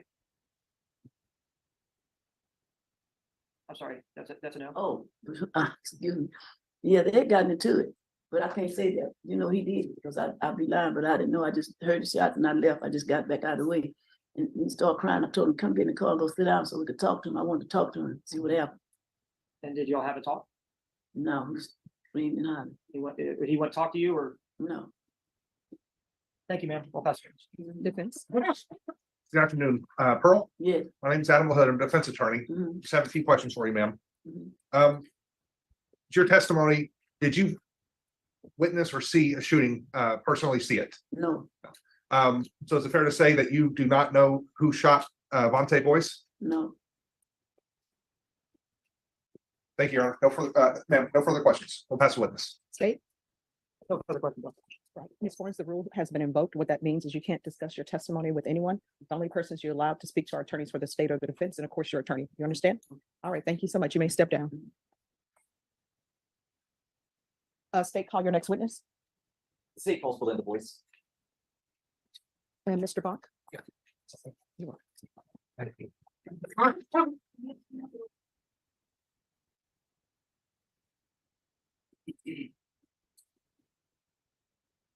Hey, hey, Oh, hey. no, I put it. This is the date. Yeah, on that date. No, I mean, I'm just gonna see, and then if he does it, if he didn't contact quick trial services and talk to them and see what contact they've had.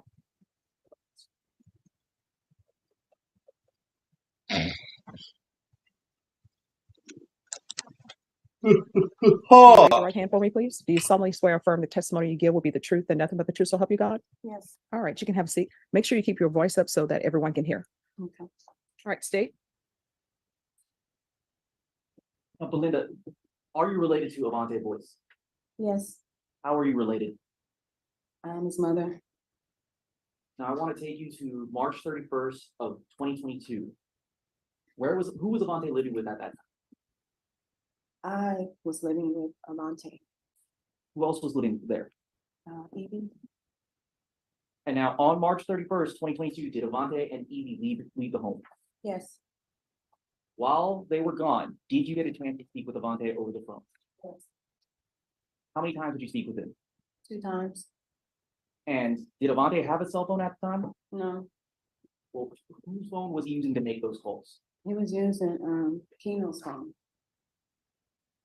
And what was Avante like when you were talking with him on the phone? Like, was He he- was giggly, like laughing, you know, like he was having a good time or something.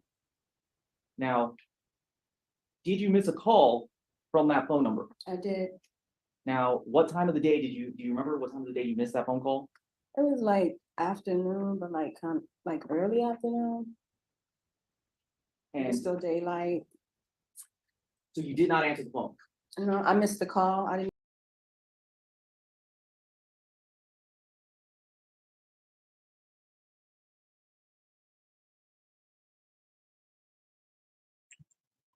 It was lagging on my end, so hang on.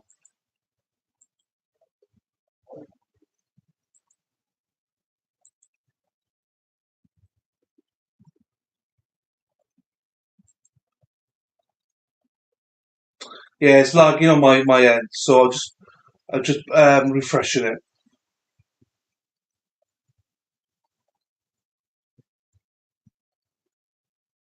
Do, do, do, do.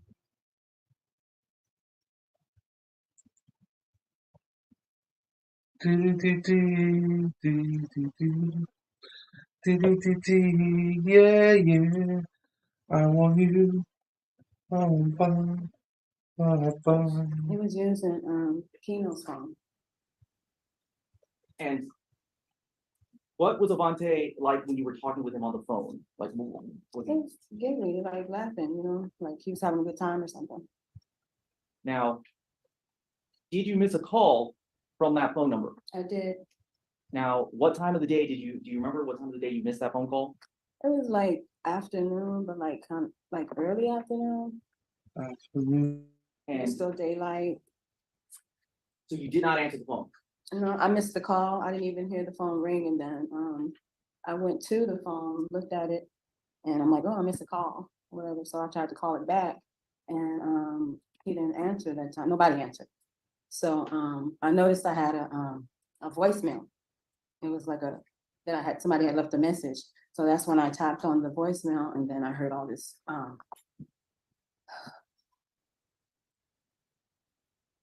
You heard what, ma'am? A whole bunch of yelling, get him, get him, get him. And so I immediately just hung it up and I called his father and I said, get to the weed course now. And that was that. We'll show you what smart is state exhibit number 10. Do you recognize this? Yes, What is it, ma'am? that's the voicemail.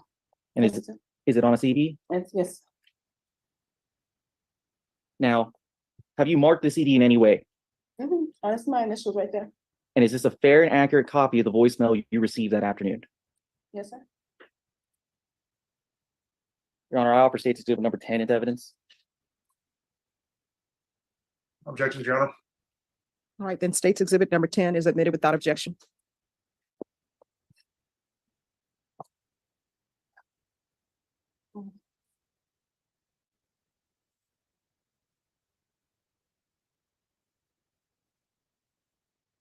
Permission to publish, Judge?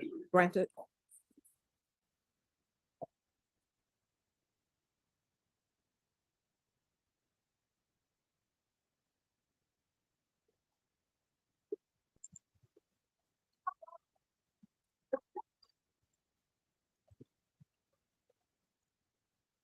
No, we can't hear it.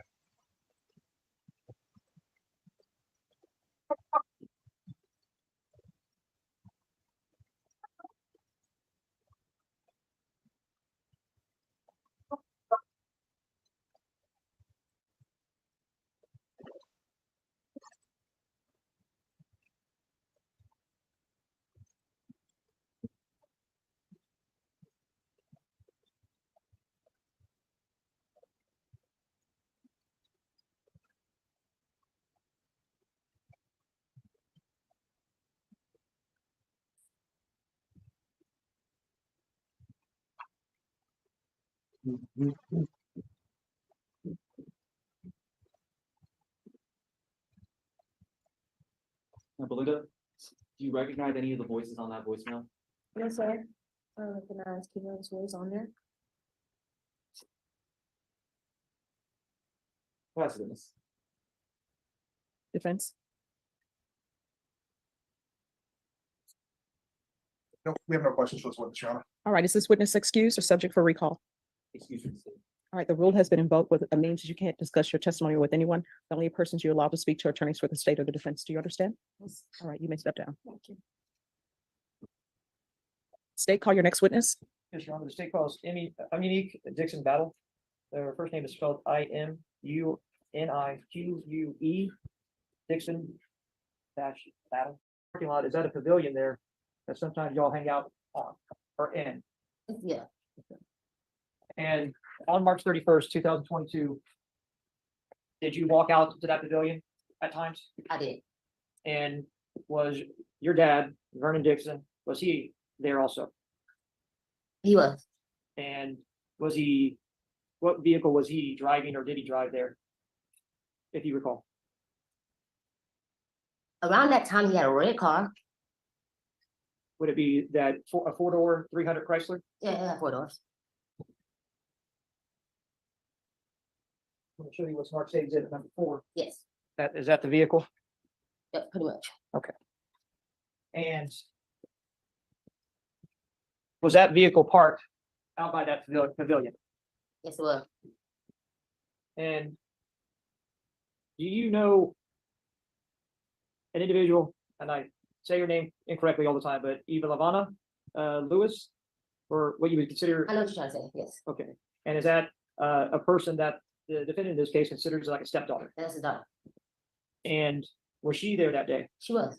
And was her boyfriend Avante Boyce there also? He was. And did they, if you know, did they arrive with the defendant? As far as I know, I did not see them when they pulled up, but as far as I know. But those individuals were there when you Yeah, were. yeah. Okay. All And right, just then- 1 second, I'm sorry. So the job can be easier for the court reporter. Just wait until he finishes the question, then answer, because otherwise it makes it more difficult for her to take down everything that everyone's saying. Okay. All right, state. Thank you, Judge. And then, ma'am, was there other individuals also there that day? Correct. And was your, well, rather, I think your husband, was he there that day? Correct. And what is his name? Donald. And does he also go by Ray sometimes? Yeah. Okay. And is the last name Neely? You just gotta answer out loud. Yes. Thank you. So, I mean, other things transpired that day. Did you ever have an argument with what I'll call Evie? Do you call her Evie or what do you call her? Yeah, Evian, Evian, okay. Did you ever have an argument with I her? did. And did you actually have a physical confrontation with her? I did. And your sister, Raymanisha, was she there also? She was. And was she part of that? She actually, and I'll quote what she got in my face. I mean, what are you doing? We just lost family members. Leave her alone. Get off of her. How can I get off her when she has my hair? So y'all were in a physical, Me and Evian were. yeah, okay. And did some individuals try to separate y'all? My dad did what he thought he was doing by bumping up on me, thinking that he was stopping me. I thought we were fighting when you did that to me. And Evian and her dude, well, AB was yelling and arguing with her, telling her to chill out. So basically, he was addressing her, and my dad was addressing me. And the only way Raymanisha comes in is because my dad is bumping me, so I could get away from Evian. So me and Evian could stop. But I'm thinking me and him are engaging, and we're about to fight. And Raymanisha was like, "Okay, well, what's going on here?" So that's how that goes. That's how that goes. Okay, thank you. And you stated AB. Do you know that individual's true name?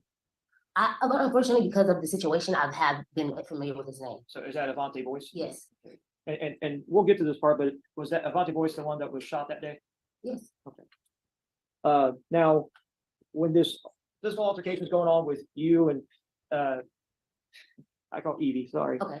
When that is going on, these individuals are trying to separate you and her, and Raymanisha is also trying to help to a degree. Are y'all ever separated? Yeah, like I explained to you, at one point I feel like, because I guess my dad didn't want me to hurt Evian, is all I can get from, that's all I make from that. And he's boom, boom, boom, bumping me, like trying to make me, so I'm literally thinking me and you about to fight, bro. Cause I'm not understanding what was going on. But at some point, you got the females involved in this are separated, is that correct? Yeah, but to be honest, Evian and I, like in that red car you just showed me, it was a back door separating us the whole time. So it wasn't ever like we were on combat. I was on one side of the door, she was Ma'am, on the ma'am, other side of the car.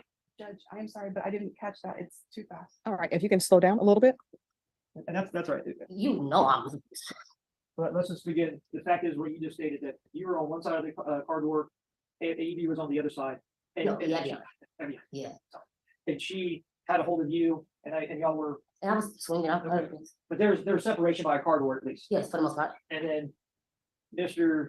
Vernon Dixon tried to separate y'all, or trying to separate you. I don't call that separate. I thought me and my daddy was about to engage in combat. So, but in his way, if that was the way, then okay. Thanks for slowing down. That's all. So when finally y'all are not in a physical thing with each other, is that right? And where does Evian go? I want to say in the backseat with the baby, but I was feeling something, I just for sure, but I believe she went in the backseat with her baby. And you stated something about a baby. Is that Avante, little Avante? I believe so, yes. That day, I never saw the baby, but I was told, Avante was like, my baby's in the car, so I was, oh, okay.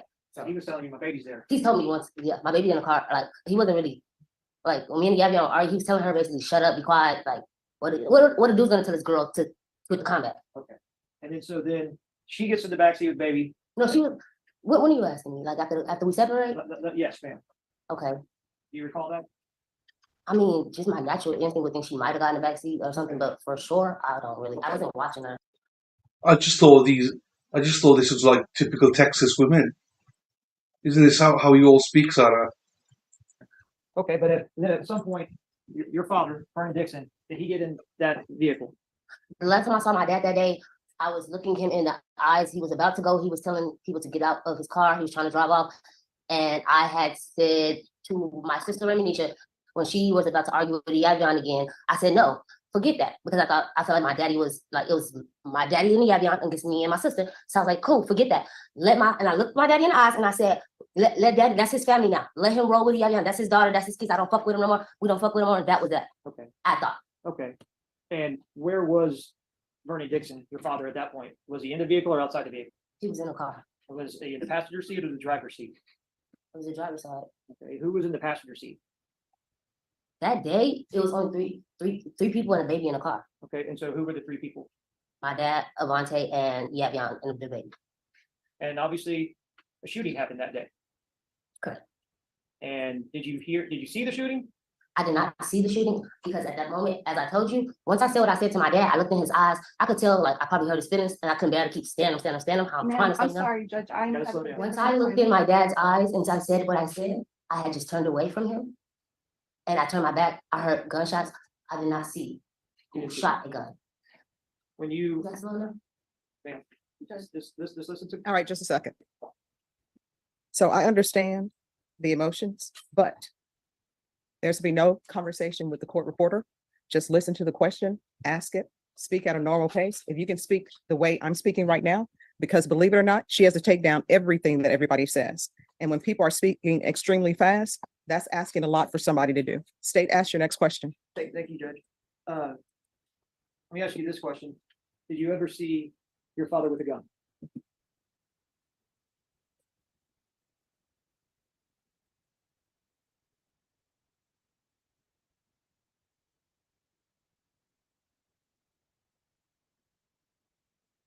I'm trying to speak really slow.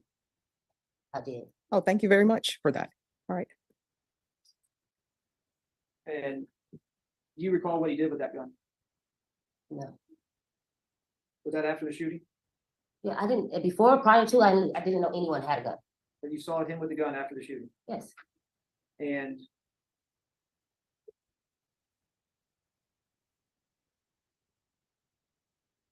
your father that day, was he wearing a white warm-up suit? To be honest, up until that day, I actually thought he had on a black jacket until you showed me the video. And I was like, oh, he has on. But up until that day, I actually thought he had on a black. And you're speaking of the video of the pavilion, Yeah. of the vehicle out there that was shown to you, is that right? Yes. And were you able to identify your father on that? Yeah, so it would identify myself. We're gonna show you state exhibit number 9 and started at 154613.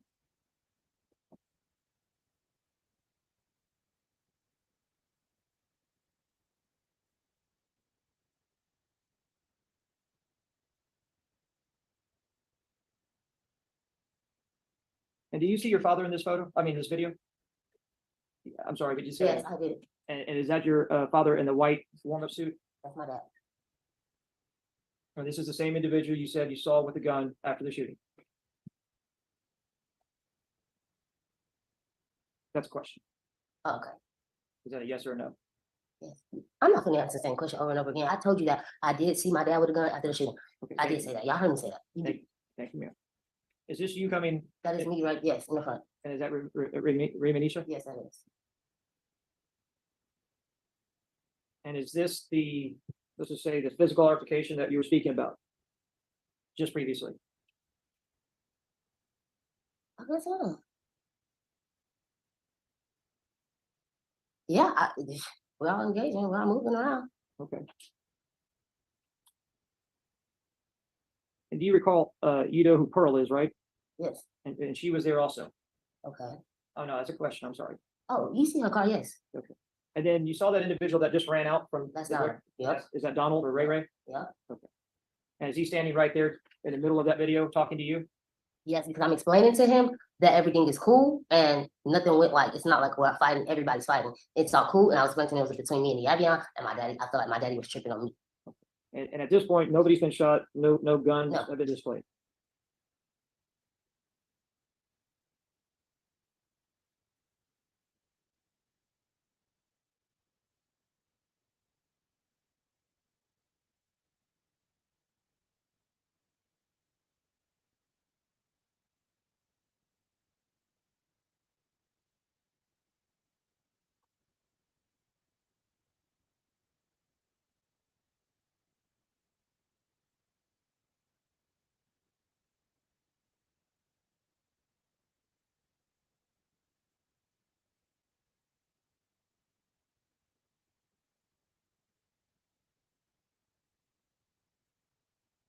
I'm gonna stop this and go to the next video.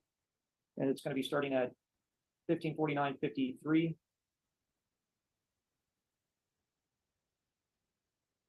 You see the individual sort of crawling and then getting up and running off? Is that Avante Boyce? Yes, Is that after the shooting? it has to. I did not see Avante run off. The last time I seen Avante was under here. And once I heard the gunshots and we all splattered, and then I wind up going, I thought I was gonna go home and like be good, but once I reach to like my hallway area is where before I get there, I see blood, like drops of blood. And I'm like, oh, but I'm never thinking that because once I just came out of this door like maybe 20 minutes ago, there was no anything. So once I go home, I'm thinking I'm going back home. And before I could reach my door, that's where I found him. And I'm about to dial 911. And then that's when Yavion is like, she has a baby in the back. I'm trying to like help her with the baby, and she swings, and I'm trying to help her with to grab the baby, and she's like kind of I don't know if we're in me. I think maybe because she's still in them. I don't know, but I'm like, okay, at this point, we're not fighting. And I'm like, okay, let me help you with the baby. And she's like, no. And I'm so I'm like, Okay, okay, sorry, I just want to slow you down. I know that you talk a lot faster than I do too. I talk fast like you guys defended. All right. So that day you state that you go to your apartment of where you I was live, about to, yeah. you're about to, and that's where you see or find Avante Boyce. And Yavion and the baby and somebody else, I don't know. Okay, and somebody else was there? A girl, I don't know. Okay. And he's there. Did you see if he was bleeding or not bleeding? For the most part, I saw like droplets of blood, and I'm just hearing the little girl and the baby are crying. Yavion and the baby are just screaming and crying. So it's one of those things that I'm about like. Okay.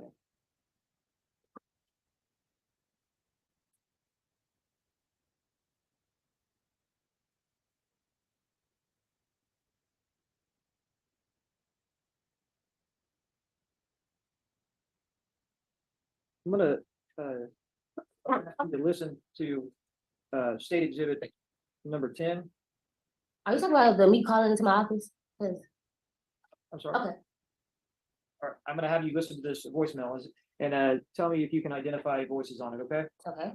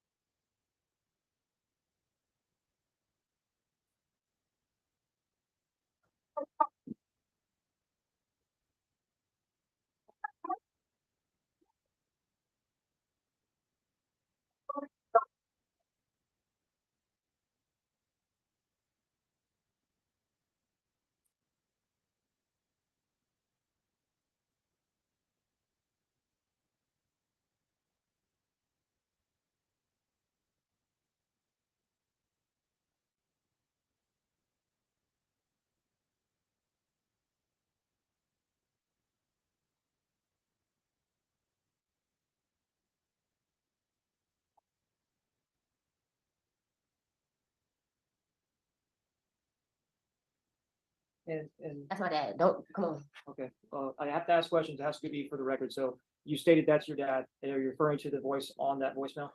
In the client, yes. Okay, thank you. We'll pass the witness, Your Honor. Defense? Good afternoon, ma'am. My name is Adam LaHood. I'm a defense attorney. I just have a few questions for you, okay? Would I be able to ask you a question? No, ma'am. Unfortunately, Okay. it's all one way. Okay, But if you don't understand the question of mine, please stop and let me know. You said that day you did not witness a shooting, that's what I just told the state, yes. but you heard a gunshot. Yes. I heard one gunshot, yes, I did. I have also been told that there were 2 or several other shots, but I heard one gunshot, that's it. So personally, you heard one gunshot, but you did not see the shooter. No. How many people approximately were under the pavilion by the car during the scuffle that was going on? Approximately, I don't know. This one more.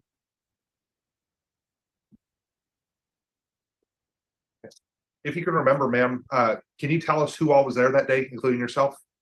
And we're talking obviously under the pavilion by the car. If you show me like maybe like Just one moment.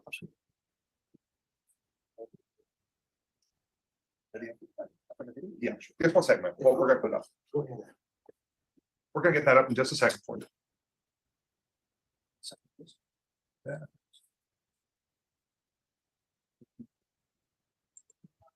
You know, we're gonna set up the video for you in just a second, ma'am. She's fast. Also, can I ask you questions? You said that your dad bumped into you and you thought that you were about to fight. I did not say he bumped into me. I said he was bumping up on me. Was he trying to separate you during the fight, or do you know what? To his knowledge, he might have been, but in my mind at that time, I felt like me, my dad, and the Evian are engaging in combat. Were tensions high that day? Yes, it was. Are you nervous or upset being in court here this afternoon with us? I'm in court, to be honest, because a child died. I have kids, and at the end of the day, as a mother, you have to do what you have to do for other mothers. That's why I'm here. Mad how? Yes, ma'am. Just 1 second. We're gonna get a photo for you.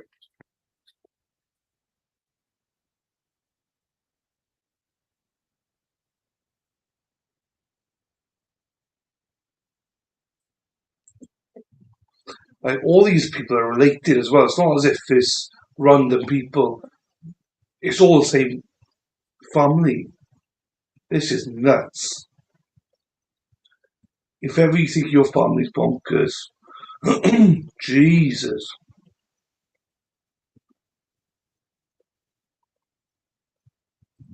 Not there.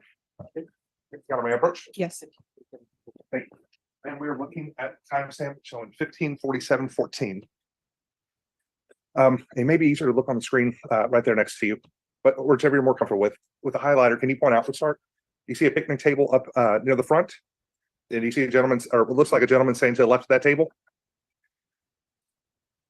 I'm gonna be real honest with you. The best I seen this video was in the state's office.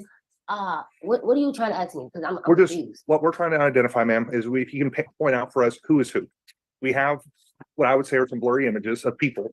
We're just trying to figure out Okay. who these people are and where they are. For the most part, this is a neighborhood where it's a whole bunch of random people. As I told you, I can identify the people who I know, which were the family members such as myself, my dad, my sister, Evian. I could identify Avante, of course, and like you said, Donald and the baby, and of course Juicy or my grandmother. But all that, I don't know Okay, some people in there that you're not sure who they are? for sure. Thank you, ma'am.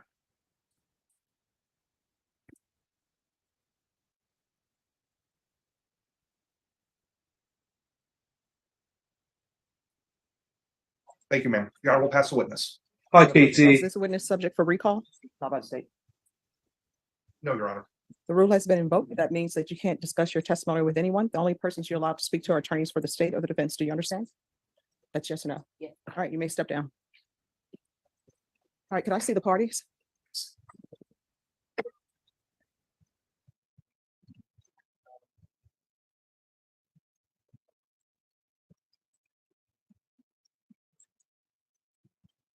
Okay, they're done. Jesus, that was what the hell? I'm gobsmacked.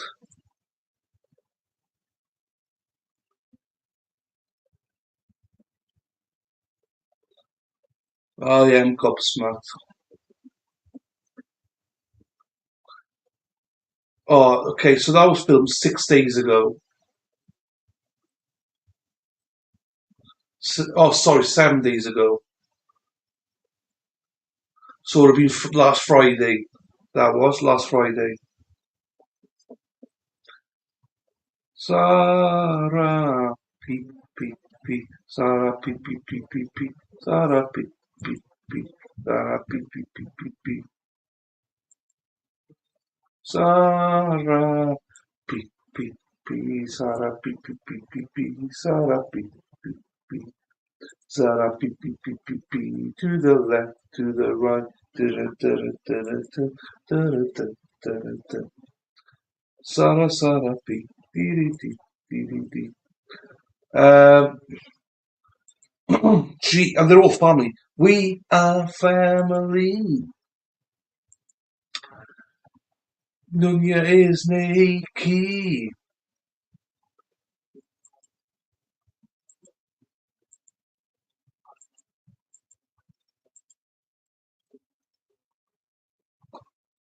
State your name for the record and spell your last name, please. My name is John Hilliard. My last name is Hilliard. State. And before we begin, I'm sorry, is it Detective Hilliard? Yes, sir. Who do you currently work for, Detective Hilliard? The evidence unit for the San Antonio Police Department.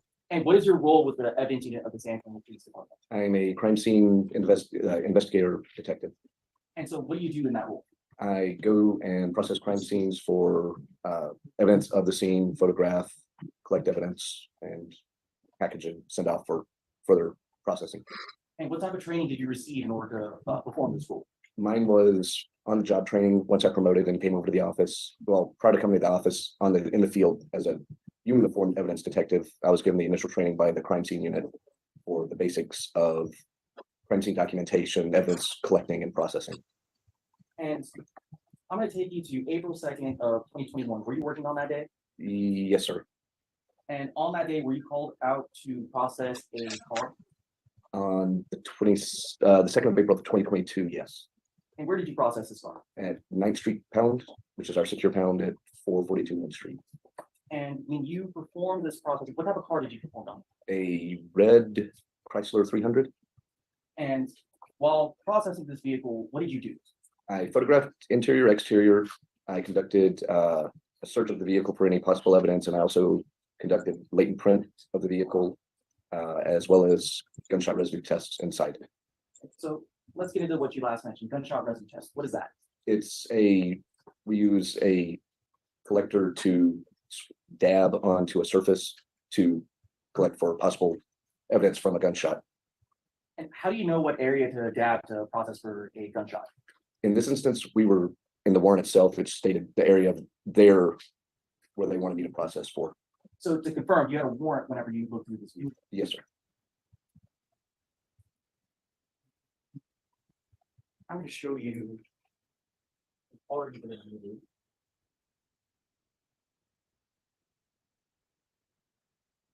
There's State's Exhibit before. Do you recognize this vehicle? Yes, sir.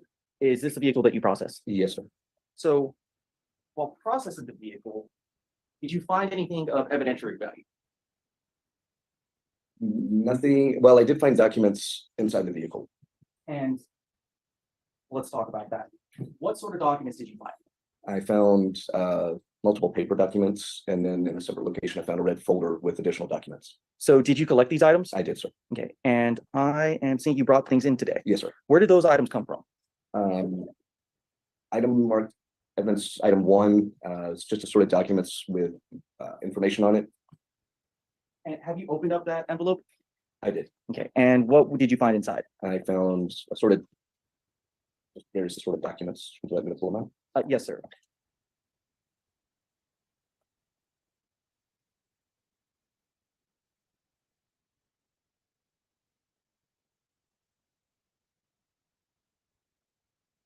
I've got rental agreements from Rent-A-Tire.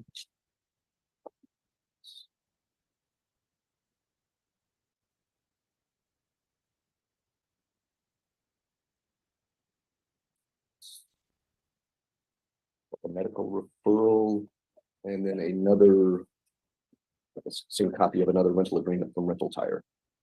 Here, I'm going to mark the evidence folder that all those items came in as States 23. So in States 23, these are all items you collected from that red Chrysler? Yes, sir. Okay, and had the package been opened from that day until now? No, sir. So these are items that,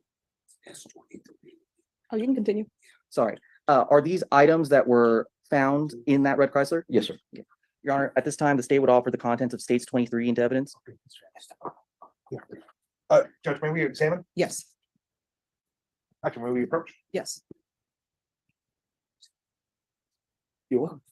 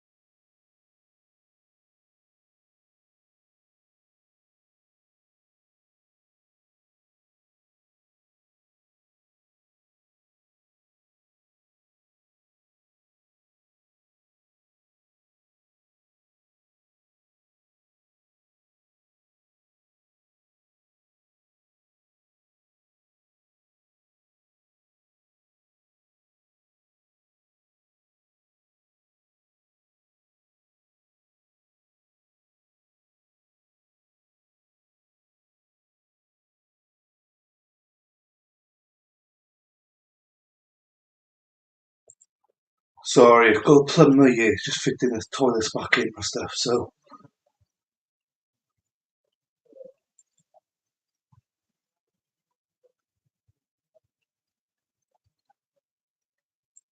So the gavel of itself, no, Judge. All right, it's exhibit 23A is admitted into evidence without objection. So I just want to have you to take a look at State's exhibit number 23A. What is this exactly? Yes, sir. It is a excuse me, a rental wheel, rental tire. Yes, / rental agreement. Okay, and whose name is on those contracts? Vernon Dixon, And does it relate to a specific automobile? it does. And what automobile is that? It relates to I can't find it again, I'm sorry. Red Chrysler 300, I can give you a license number or the VIN or both. That's okay, sir. Thank you. So you also brought in a manila envelope containing something marked E8. What is that? E8 is a red folder with additional information. And or where did additional documents, I should say. where did you find that paperwork? That was also located in the Chrysler 300. And what was contained in that paperwork? There's right offhand, there's a sorted documents, a photocopy of a driver's license and social security card, apartment rental agreements, I believe. And let's mark that envelope states 24. So you said there was more paperwork that was found in that red folder? Yes, sir. And specifically, in this folder, did you find anything, any type of identifying documents? Yes, sir. Well, what type of documents did you find? It's a color photocopy of a social security card and Texas ID. And if you could you open up what's in State's Exhibit number 24? Yes, sir. And would you be able to find the photocopy of that driver's license and social security card? Yes, sir. If you could.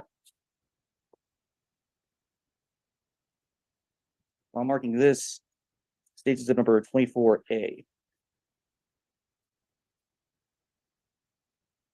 So this photocopy was found in this red folder, Yes, sir. and the red folder again was found in the vehicle. Yes, sir. Your Honor, State's offering State's Exhibit number 24 and 24A.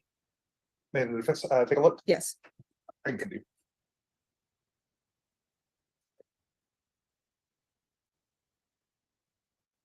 That's just for the envelope.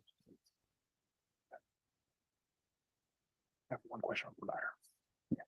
Yes. You wish to voir dire? Just one very quick question. Yes, you may. So sir, my name's Adam LaHood. I'm showing you what's been marked as State's Exhibit 24A. Yes, Was sir. this exactly as you found it, or was this a copy that you made? That is how I found it. That was exactly as you found Yes, it? sir. Okay.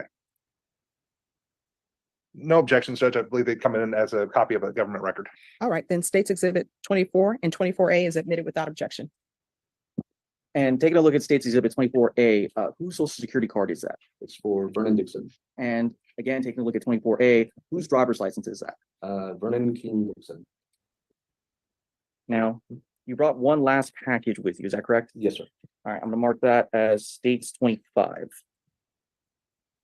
Have you had a chance to open State's 25? Yes, sir. I opened it yesterday. However, other things happened, so it had to be sealed back up for today. But has it been in your care, custody, control? Yes, sir.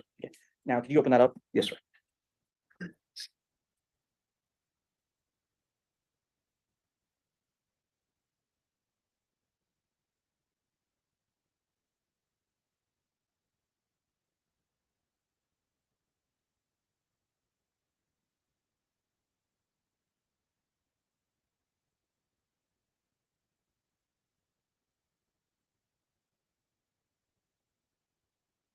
So what was inside State's Exhibit 25? A gunshot residue kit. And so what is included in the gunshot residue kit? There is 2 vials marked right and left. Typically, what's used on hands, but can be used on other objects. So right hand would denote right hand and left hand. And then there's also a questionnaire when dealing with taking the gunshot residue test on a person. Okay, so I'm gonna mark this envelope as State's 25A. Now, could you open up 25A? Yes, sir.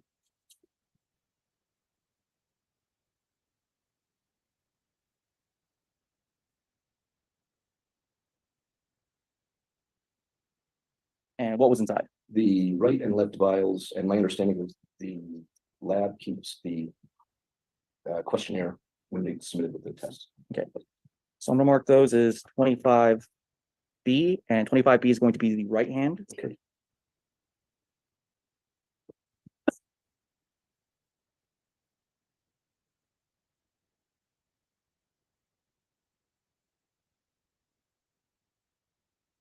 And I'm gonna mark the left hand as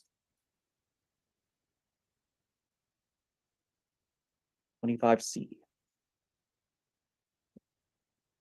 Now, taking a look at both of these vials, were these the vials that you collected from the vehicle? Yes, sir. Okay, and how can you tell? Well, they were in the envelope that I'd sealed. Okay, and so from when you collected them, where would you put them? I would put them in our temporary property room and then they would have been sent to the longer term property room and from there sent to the lab. And I actually want to draw, and Your Honor, state offers states exhibit numbers 25, 25A, and 25B and 25C. Just one moment, Judge. 25C, sorry. That is going to be, thank you, Mr. Lloyd. I'm sorry, I didn't catch that. Yeah, 20. Excuse me, just 1 second. So when you all talk, court reporter needs to hear it. Oh, sorry. So what did you say with regards to 25C? 25C, as I have it, is the GSR kit taken from the left hand. That was the envelope holding GSR kit. All right, let's do this. What is 25B? 25B, Your Honor, is going to be the right hand. All right, and 25C? That's going to be the left hand, Judge. All right. 25A, I have it as the envelope within the envelope that had the GSR kits. 25 was the envelope holding everything, as I understand it. Yes, Any sir. objections? We have no objections, Your Honor. All right, States Exhibit 25, 25A, B, and C is admitted without objection. So I want to direct you to 25B. Did you write anything on the vial? Yes, sir, I did. What did you write? I wrote headliner, Okay, so where would you have collected this GSR kit from? the roof of the vehicle, And 25C, you wrote something else. Where did you collect this from? the front seats. And why would you have collected in that area? Again, based on information provided by the follow-up detective, that would be the area of interest for me to do the actual testing on or sampling from. So specifically, when you write headliner, it was inside the vehicle, is that correct? Yes, sir.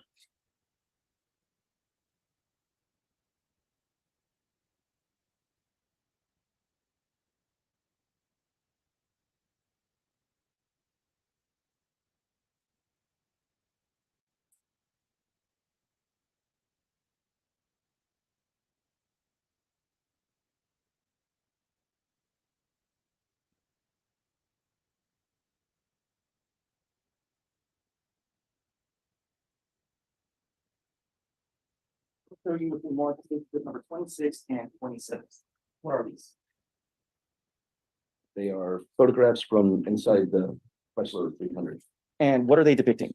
The right front seat and the headliner area above the right front seat. So states exhibit number 26 shows the headliner, correct?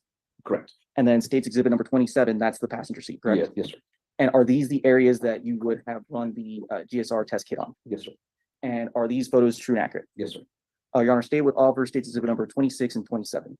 We have no objections, Your Honor. States Exhibit 26 and 27 is admitted without objection. Pass witness, Judge. Defense? Yes, sir. Detective Hilliard, how you doing today? I'm doing good, sir. And you? All right. Doing all right, thank you. My name's Adam LaHood. I'm a defense attorney. Just have a few questions for you, okay? Yes, sir. You indicated earlier that you took GSR kits, is that correct? Correct. After you take a GSR kit, what happens to it? It gets, again, I package it up and then put it in the property room and then it's sent to that trail into the lab. Okay, and I think you just kind of answered the question I had for you. You don't actually conduct any analysis on the GSR kit itself? No, sir, I don't. Okay, so you wouldn't have any knowledge if the GSR was negative, positive, inconclusive, or anything else like that. Is that correct? I would not. Okay. Your Honor, may I approach? Yes.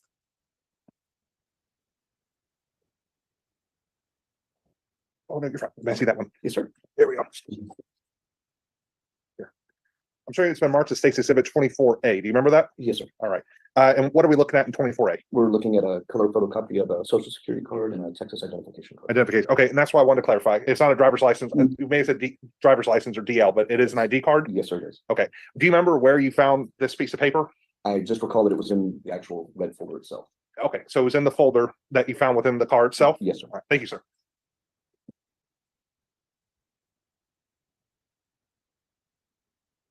You indicated that you conducted a test of the car over, well, actually, I'm sorry, I think you said it was 9th Street impound, is that correct? Yes, sir. And what is that exactly? It's our secure pound facility where we store vehicles for processing that's. And then it's got 3 enclosed bays so that the vehicles are out of the elements. Okay, but you weren't involved in the towing or moving of the vehicle over to that location? No, sir, I wasn't. Okay. No knowledge of who may have been coming or going from the vehicle before that as well? No, sir. Okay.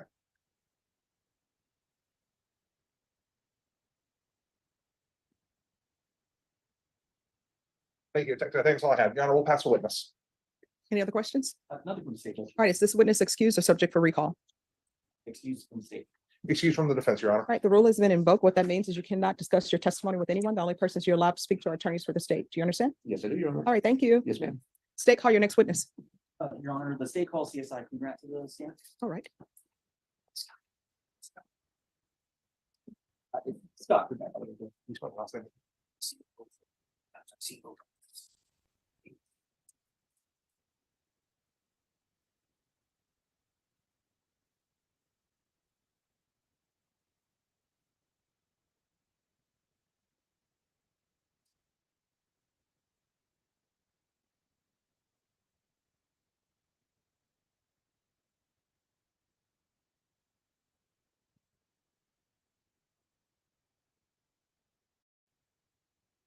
All right, can you raise your right hand? Do you solemnly swear or affirm the testimony you give will be the truth and nothing but the truth, so help you God? All right, you can lower your hand, state your name for the record, please, and spell your last name. My name is Scott Coonrad, Coonrad, D as in David, T as in Tom. All right, state. So CSI Congrats, who do you currently work for? I work for the San Antonio Police Department. And what are your duties with the San Antonio Police Department? Basically, we go and process all crime scenes. And I'm gonna jump straight into it. On March 31st, 2022, were you working on that day? Yes. And were you called out to the scene, or called out to collect evidence in regards to the shooting? Yes, I was called out to assist by going to the hospital. And do you remember what hospital did you go to? Can I see my report?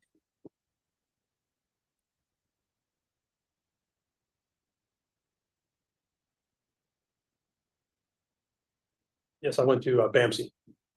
And when you arrived at the hospital, what type of evidence did you collect? Basically, I photographed the deceased individual. I collected the clothing that he was wearing, and I completed a gunshot residue test on his hands. And show you what's going to be marked as exhibit number 28 and 29.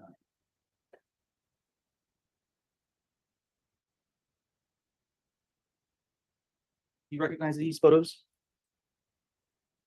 Yes, that looks like the jacket, I believe I collected the photograph here with the report. And are these photographs dates 27 and or 28 and 29? Sorry about that. Are Yes. they true and accurate depictions of the items you collected that day? Yes, Your Honor, state offer states exhibits number 28 and 29. Pending any objection on defense.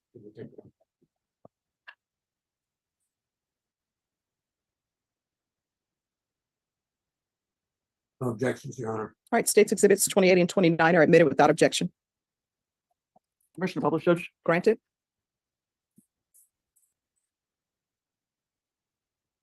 So, you said that you collected GSR that day as well, is that correct? yes, I completed a kit on the hands of the deceased individual. And just so that the jury is aware, so whenever you're performing a GSR kit on an individual, what do you do specifically with the kit? Basically, the kit has two they're like little vials, and they're marked right and left for the right and left hands. And on the end of the vials, it's like a little sticky surface. And basically, we dab the hands according right and left, and then put them in the kit. And there's also a little questionnaire that we fill out. And where do you get this information from? As far as Who you're collecting the kit from?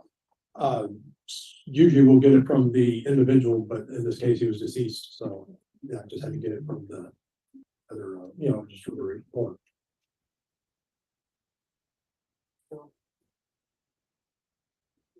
Brought several envelopes with you before today, is that correct? I'm in and out as well.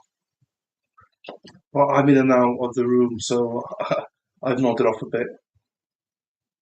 Jigsaw, happy days, look at that. And Emma's clearing her cupboards out, and Dunya, you're falling asleep, Katie's doing jigsaw, Sarah P's pretending to work, and yeah, I mean, everyone's doing something. Can't chat all the time. Also, it's not the most engaging trial either, do you know what I mean? So it's quite hard to ask people to chat all the time. There's not much going on, do you know what I mean? So let's start with what's been marked as E2, and I'm gonna mark this as states 30. What's inside states 30? This is the GSR test kit that I completed. And can you actually look inside?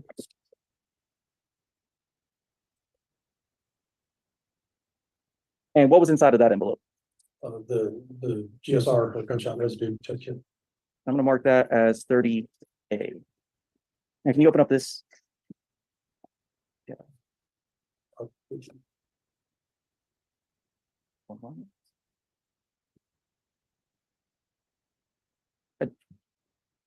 Judge, are there any scissors around? Scissors. Thank you. Oh, thank you, Diana. Can you open that up, sir? Sorry about that. UEDI Hilliard had his own knife. Oh, I didn't bring it.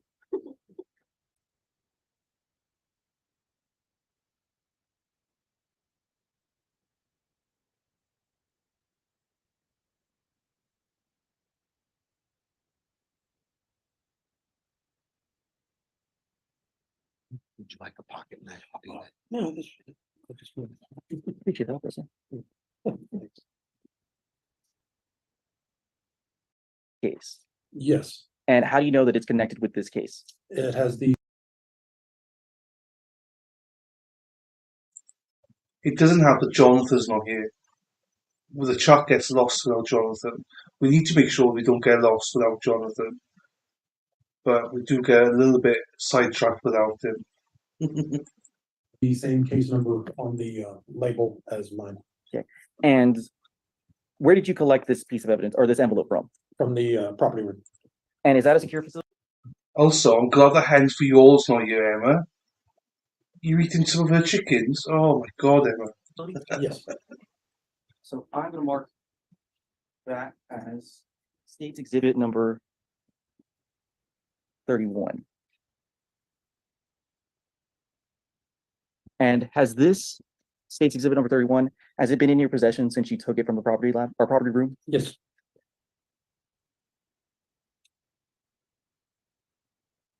Your Honor, pass it this. Defense. They're not shorts though, but I know what you mean. They're videos. I'm gonna be doing more of them. More videos, I think. But yeah, I get what you mean. I just poured out. Oh, I don't remember when I put them out. What was S31 again? 31 is a sealed envelope that contains some evidence, but I didn't collect it, so it hasn't been opened.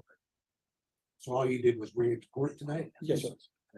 Now, you performed the GSR test on the deceased, correct? I performed the kit. Yes, you're the ones that took the sample. Yes. You have nothing to say with respect to the results. You don't know if they're positive, negative, or indefinite, or anything else, do you? No, sir, that is all of the crime lab. Okay. And what time did you perform this examination? I can't say the exact time. It's whenever I got to the hospital. Was that on the same day, March 31st, Yes. 2022? Yes. Okay, so it would have been sometime after 5 o'clock in the afternoon. Yes, because as soon as I got to the hospital and was shown the individual, I took pictures and completed the test.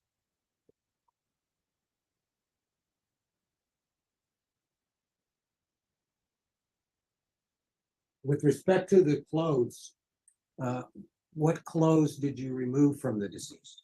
I didn't remove any clothes. That was already done. They just gave me a bag with it, and then I took it back to the office, photographed it, and packaged it. So all you did was transport it? Yes.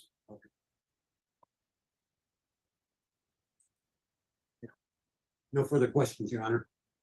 State. Another state judge. All right, is this witness excused or subject for recall? Excuse me. Excuse me. All right, the rule has been invoked. That means you can't discuss your testimony with anyone. The only persons you're allowed to speak to are attorney's associate and his firm with Mr. Neely here today. So that's who that is. All right, can you raise your right hand? Do you solemnly swear or affirm the testimony you give will be the truth and nothing but the truth, so help you God? All right, you're gonna have to make sure that you speak up. If you'll lower your hand and state your name for the record. All right, you can lower your hand. State. Sorry, thank you. Mr. Neely, do you also go by Ray Ray?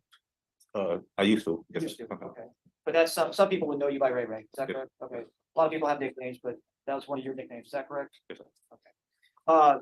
You're brought in here today, and I just want to give a little bit of background of yourself. Who is your wife? I mean, Is that, I'm sorry, I'm unique? yes, And is that an individual that you know to testify yesterday, is that right? yes, Okay. And you have children with her? correct. All right, and do y'all in fact live at the apartments at East Meadows? Yes. And I'm gonna show you what's been marked state exhibit number 8. And in fact, do y'all Okay, that's good. Yeah, I'm thinking of doing like 2 or 3 days from now on with different subjects and stuff. I don't expect people to agree with my content. Just I want to put some stuff out there. I get bored of just doing trials all the time, so I want to make more content like that. So shorter content. But yeah, thank you. The poll's still there, you numpty. But thank you anyway, guys. Appreciate that. Live at these apartments here? Yes. And y'all live in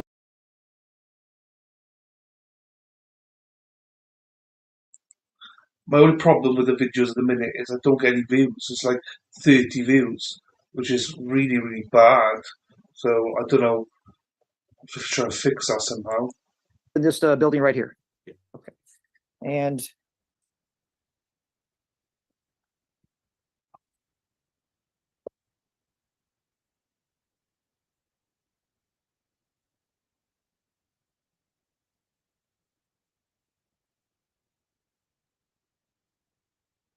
City Exhibit number 8 is now on the overhead, and you say you live in this building here, is that correct? Yeah.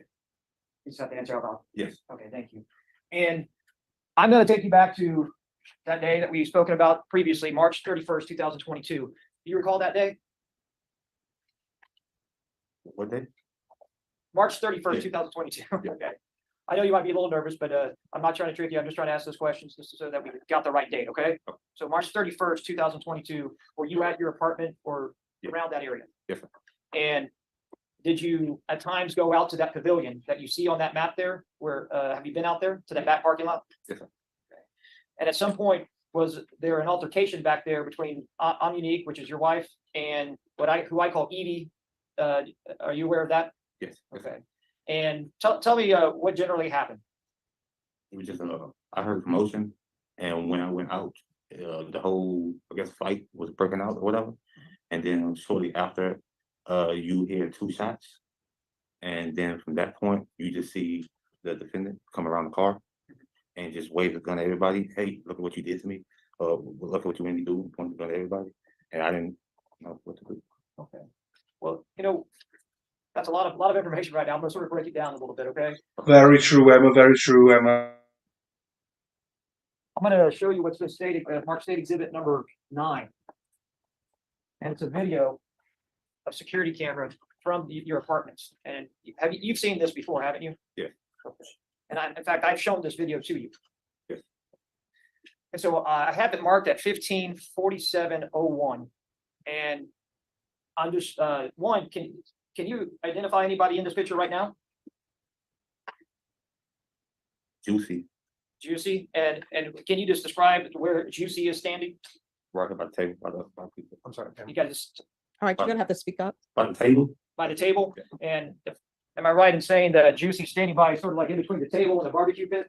Right there? Yeah. Okay, and it looks like he has like a striped shirt on, is that right? Yes. Okay, and you see a person standing over by the vehicle over here, looks like their head is above the vehicle, standing by the back passenger door. Do you know who that is? Yes, that's AB. AB, and do you remember, is AB Avante Voice? Yes, Okay, and you known him, right?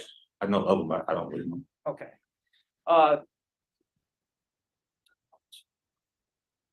Pause. Okay, it's paused at 15:47:03. You saw somebody else walk onto the video screen there, in between the car and say the bushes. Who is that individual? That's Amunique. And that's your wife. Correct. And then you see an individual that's dressed all in white, and it looks like it has some type of stripe down the sleeve. Who is that? That's Vernon. Vernon, and you know him as Vernon Dixon Keno. and Keno. Yes. Okay. And you see an individual right behind him. Do you know who that is? I believe it's Remisha. Reminisha? Yes. And okay. And is that the sister to Amunique? Yes. Okay.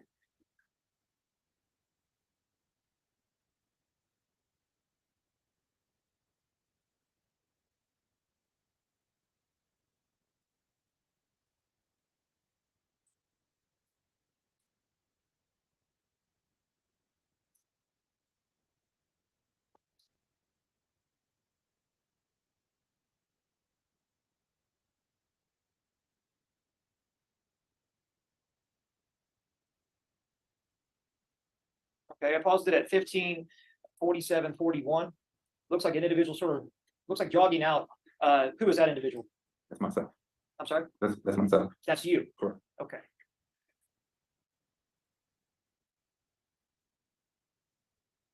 And as this is running, I'm gonna sort of talk to you here and ask some questions if you don't mind. It seems like you're standing there. One, why did you run out there? To make sure, I heard commotion, but just to make sure my wife was okay. And then as you got out there, what did you do at this point? Just stood right there and watching the whole commotion go back and Judge, I'm forth. sorry, I'm having a hard time hearing. All right, so if you cannot talk through that mask so everyone can hear, you're gonna have to remove it. Do you understand? Yes, ma'am. All right. Just make sure you don't have to be right on top of it, and just speak up, okay? Because if everybody has to hear you out there, including the jury. So when you're out there, do you get involved in this No, altercation? no, sir. Do you put your hands on anybody? No, sir. Do you slap or hit anybody? No, sir. Do you see anybody? Well, let me ask you this. Tino, was he slapping or hitting anybody? No, sir. AB or Avante Boyce, was he slapping or hitting anybody? No, sir. The women, Unique, your wife, was she hitting or slapping or touching anybody? No, sir. And what about Evie? Was she doing that? No, sir. Not that I'm aware of. Okay. But at that time when you're out there, what's it just, is it loud? Is it, or what is it? It's just a bunch of commotion going on and everybody just shoving one another, but not hitting or pushing. Okay, but people are touching each other, is that right? Yes. Okay.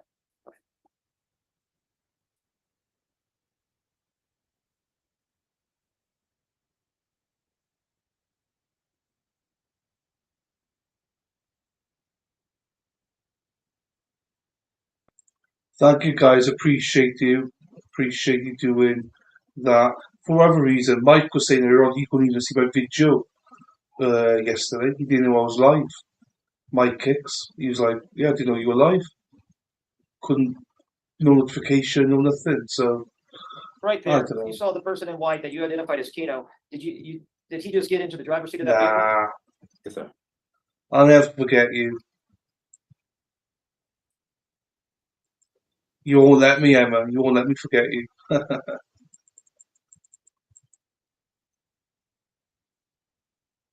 You see right now somebody getting into that passenger seat. Who is that person getting into the passenger seat? I believe AD.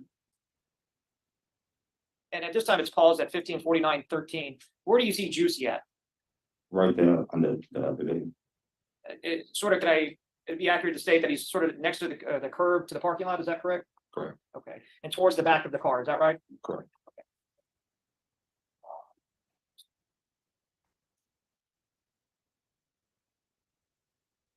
We're gonna go to the next video, which starts at 15:49:54.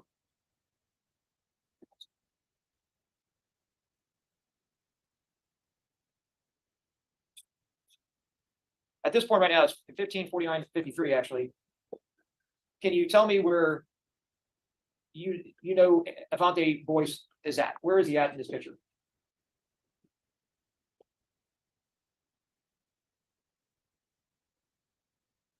You know, it might be easier if we play it for you. Go ahead. Right.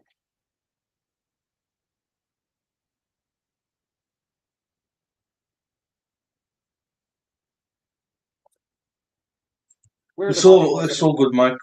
I was just explaining to everyone that he couldn't find us yesterday, Mike. So it's all good.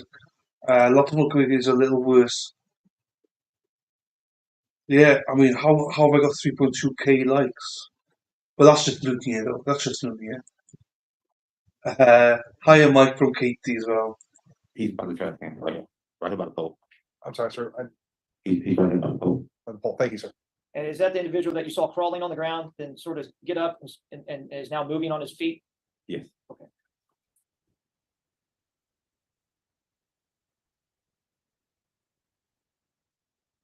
At this point, where are you at? I'm under the pavilion right here by my wife. It looks like you're in between the picnic tables. Is that right? Yes. Okay.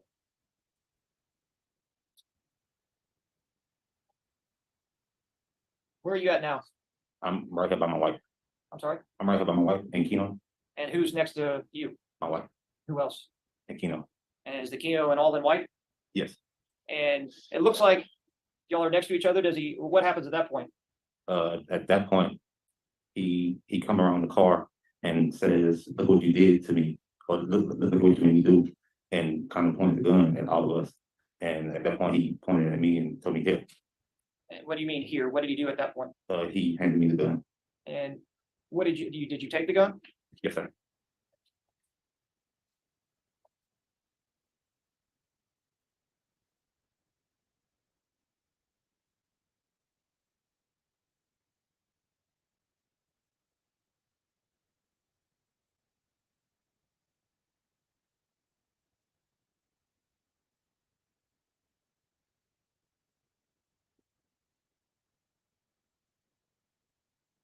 Now, it looks like from the video, did you go to that red car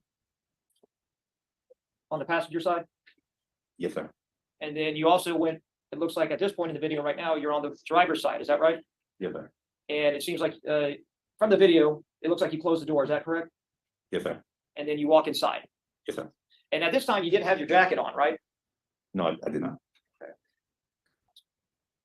You actually, at that point, had taken your jacket off, but when you ran out there initially, you had your jacket on. Yes. At that time, you had the possession of the gun that.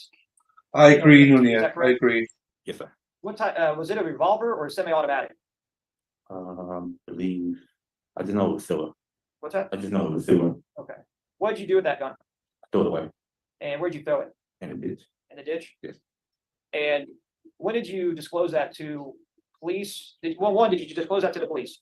No, nobody asked me When did you disclose that?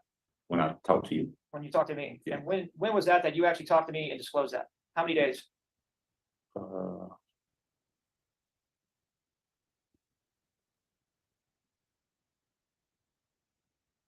believe Well, let me ask you this. Thursday. I'm sorry? Thursday, last Thursday. Okay, Thursday? Okay.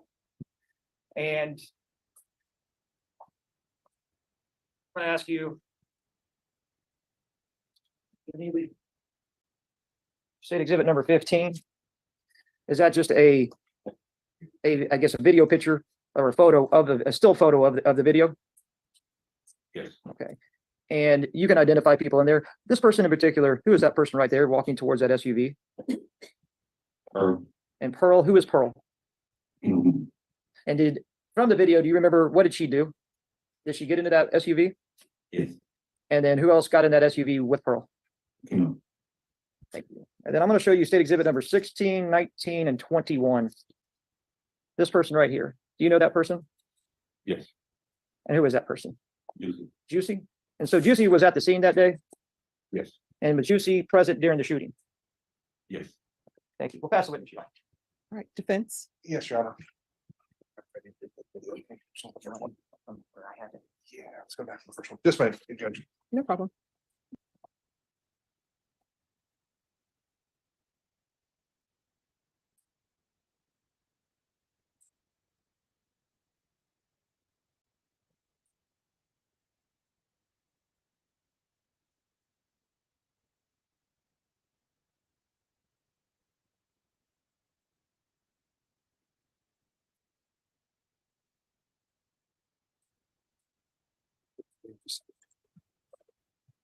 Good afternoon, Mr. Neely. How are you doing today? My name is Adam LaHood, defense attorney. I have some questions for you. If you don't understand one of my questions, or go too fast, just let me know. We can rephrase, slow down, or whatever, okay? Kind of start at the very end, or one of the last things that Mr. Garahan mentioned to you. Did you ever give a statement to the police? No. No. Were you ever questioned, interviewed by the police at any time? No. Were you aware that there was an investigation? No. You didn't know that there was an investigation ongoing? No. Okay. Did you know that somebody was shot and killed? No. You did not know? No.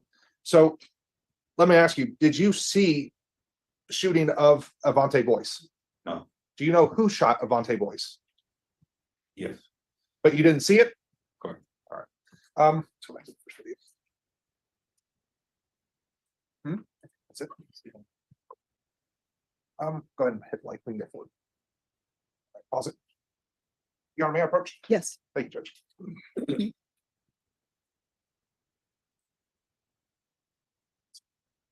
Sorry, normally we have something that we can have you paint on the photo, but I don't think it's working today. Just for clarification, we're looking at video at timestamp 15:47:05. And what is this a video of? The back parking lot. Is it of the pavilion? Yes. Okay. And to the right, you see two people. Do you see that? Yeah. And I think you may have already answered, but we're just trying to get clarified. Who are those two people you see on the right-hand side? Kingdom and Amnesia. And how do you know it's them? I guess I didn't know them. Just recognize them? Okay, and no problems. I'm not trying to trick you or anything. May we go forward in the video? And let's pause. Real quick, when they're walking up right here, are you at the pavilion area at this time? No. No. If you know, is there a fight or scuffle ongoing at this time? Not that I know of. Not that you know of. All right, maybe continue forward. And we see a child over here to the right. Looks like a child. Do you know who that is? Yes, that's Juju. That's Juju? Yes. All right. We can pause. Actually, can we go back like just 2 seconds? The pillar's shutting it off. Oh no, sorry guys. All right. I want you to look underneath the pavilion. I believe you said in the foreground, closest to us, to the left of the picnic table, that is Juicy. Yeah. And do you know Juicy's real name, or how do you know Juicy, I should say? He's been around the neighborhood. Have you known him for several years? Yes. Okay, sir. Kind of pointing, best I can describe it, towards the back pillar from our perspective. Do you see a person that looks like they're dressed in all black that's standing? Yes. Who is that? And would you point them out for us? You can use the marker or just kind of point it on the screen if you can. Okay. Yes, sir. Amanique? Yes. Okay, and that's your wife? Correct. All right. And directly to the right of Amanique from our perspective, that's standing. Who is that? Kingdom. And it looks like we have somebody sitting down there. Do we know who that is?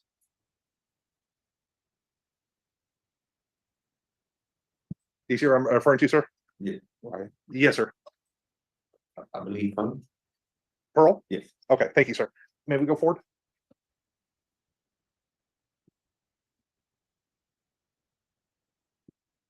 All right, pause. If you can tell, is this where the altercation starts or is going on among the people? I'm not too sure if it is. I'm not too sure. Not a problem, sir. And actually, if you don't know, we don't want you to guess. It's okay. May we continue forward?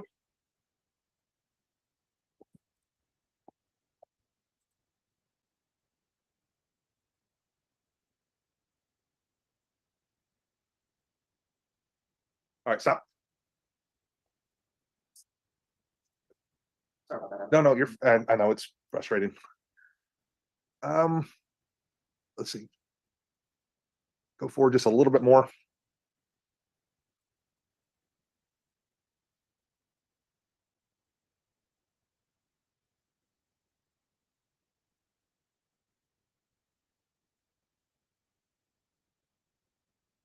All right, stop. You saw somebody run in from the right-hand side. Did you see that? Yes. And who was that, sir? Outside. It's me. That is you. Okay. Where were you before you ran over? Inside. Inside. Which when you said inside, was it somebody's apartment? The house that me and my dad. You didn't have. Gotcha. Okay. So y'all live there, obviously. Correct. Okay. What made you go outside? You heard a lot of commercial. You heard the commotion? Correct. When you were safe, is it fair to say that you ran up on the scene or ran up to the car? Not to the car, but under the pavilion to see what was going on. I understand. And the fight was over by this point? No, it was still pushing. It was still going? Yeah. All right. Still pushing. Pushing. Gotcha. Yes, sir. May we continue?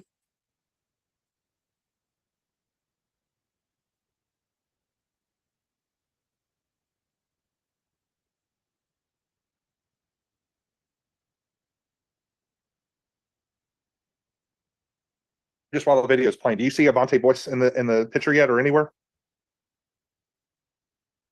Yes. By the car. Okay, Avante's by the car? Yes. Okay. All right, pause. Thank you. We see somebody coming up from the right-hand side of the screen. Do you know who this was? No. You don't know this person? No.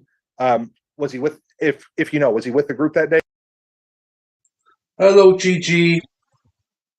I hope you're well, Gigi. I hope you're feeling better, Gigi. I haven't seen you in weeks. But Nunia has been filling us in, saying you're doing well. So, welcome. And it's lovely to see you, Gigi.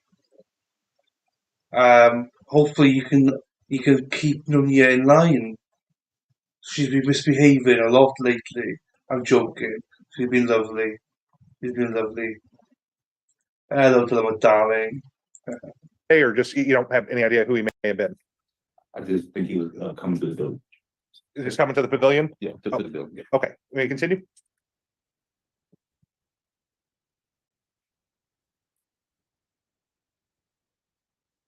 I can pause. You saw just there, we saw somebody come around the front of the car. Was that Keno? Do we rewind it for you? Yes. Maybe go back just about 4 or 5 seconds.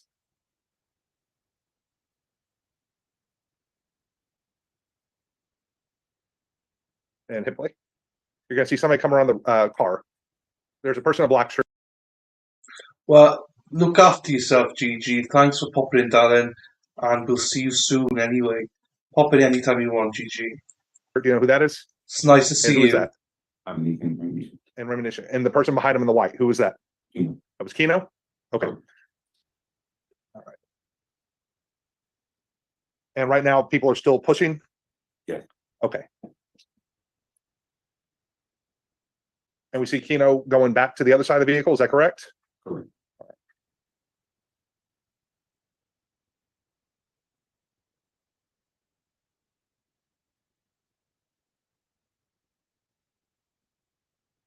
We can pause. So at this point, it looks like we see about 4 or 5 bodies that are underneath the pavilion. Is that correct? Correct. Person we identified just a few moments ago came walking in from the right-hand side. Do you see him here underneath the pavilion at this time? Yes. Where is he at? If you can point it out for us. Sitting on the table. He's sitting on the table? Correct. Okay. We can continue, and I think we're probably gonna jump to the next video here in just a second.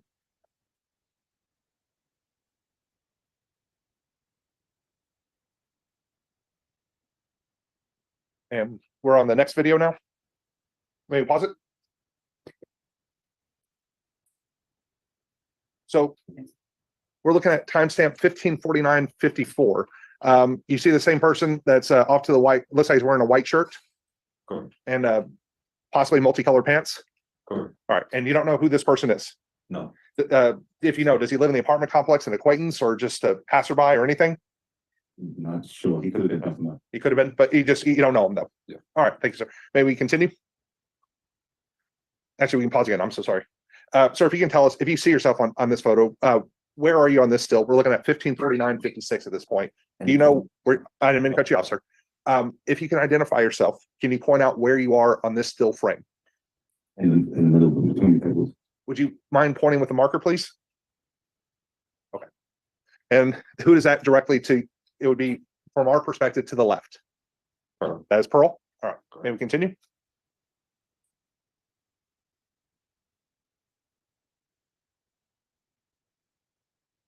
All right, go back.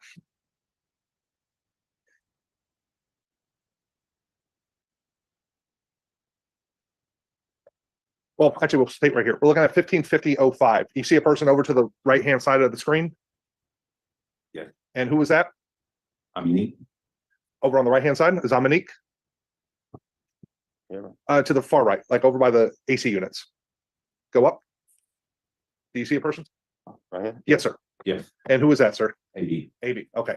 Thank you, sir. You said that you heard, I don't want to put words in your mouth. I think you said you heard 2 pops or what sounded like gunshots? Correct. Okay. Did you physically see AB or Avante Boyce get shot? No. No. You said afterward, though, that somebody handed off a weapon to you, a gun? Correct. And Mr. Garahan asked you a few questions about this. We can go into that a little bit. First off, are you familiar with firearms? Somewhat? Okay. Do you know the difference between an automatic or semi-automatic and a revolver? No. No. You said you were handed a weapon. What did you do with it exactly after that? I threw it away.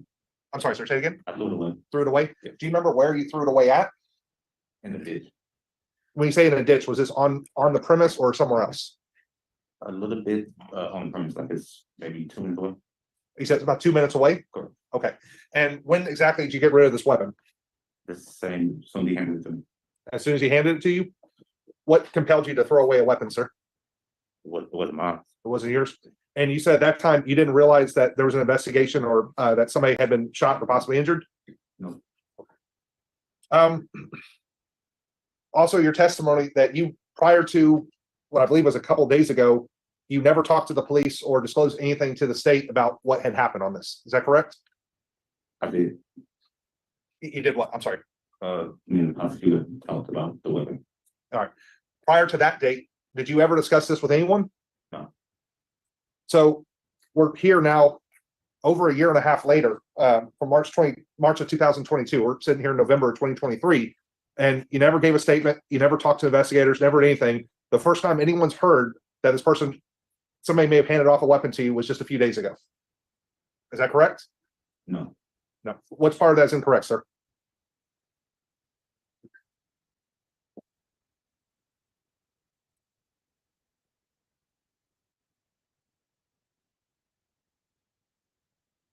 I'm not sure. I'm not sure. All right. Someone said the RICO case would potentially maybe even go for 6 months. So I'm not touching that. Even if it's over a month, probably it could take months upon months. No, thank you. So let's just say within the last 2 weeks, so we're not confused on exact dates. Prior to the last 14 days, and I think that's a pretty wide margin, did you ever tell anyone that Vernon Dixon handed you a weapon to get rid of? No. You never told anyone? No. What would compel you to say something like that at this point?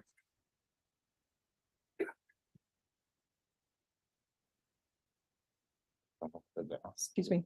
I'm sorry. He's going to have to answer the question unless there's some other issue. No. All right. You need to answer the question. Can you take the question again? Yes, sir. Well, let me put it in a broader context, sir. We're here over a year and a half later. And the first time that anyone's heard any mention that somebody may have handed off a weapon was sometime within the last 2 weeks. It appears it may have been within the last few days. What compelled you to say something at that point, but you never said anything before then?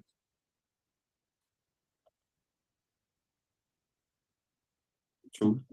True. Do you think it's a bit suspicious that somebody goes a year and a half and doesn't say anything with a alleged murder that occurred? Not sure. You don't know? Not sure. Just a moment, sir.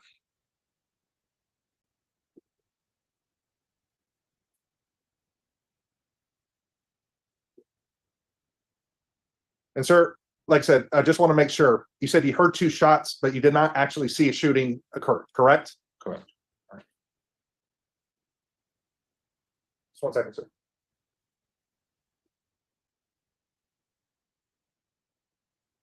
You gotta roll past this witness. State, No further questions. is this witness excused or subject for recall? Excused by the state, Your Honor. Judge, let's keep him for recall. All right, the rule has been invoked. What that means is you can't discuss your testimony with anyone except for attorneys for the state or the defense, and of course, your attorney. Just make sure you're available in case either side wishes to recall you. I You understand? All right. I put a poll up to see if people want me to do it, and the answer was hell no. Apparently it's really boring. I've never seen one myself, but it's all civil, so I don't understand it. Yeah, it's got. Yeah, I thought it'd be interesting as well, but everyone was against it, so I'm not doing it. Hi, Josie. Hope you're well, Josie. All right, ladies and gentlemen, we're going to take a brief break now. Believe it or not, I have other cases from the morning that I need to make sure I take care of. So I'm going to give you, I'll say till. This is Connie, medical examiner's office.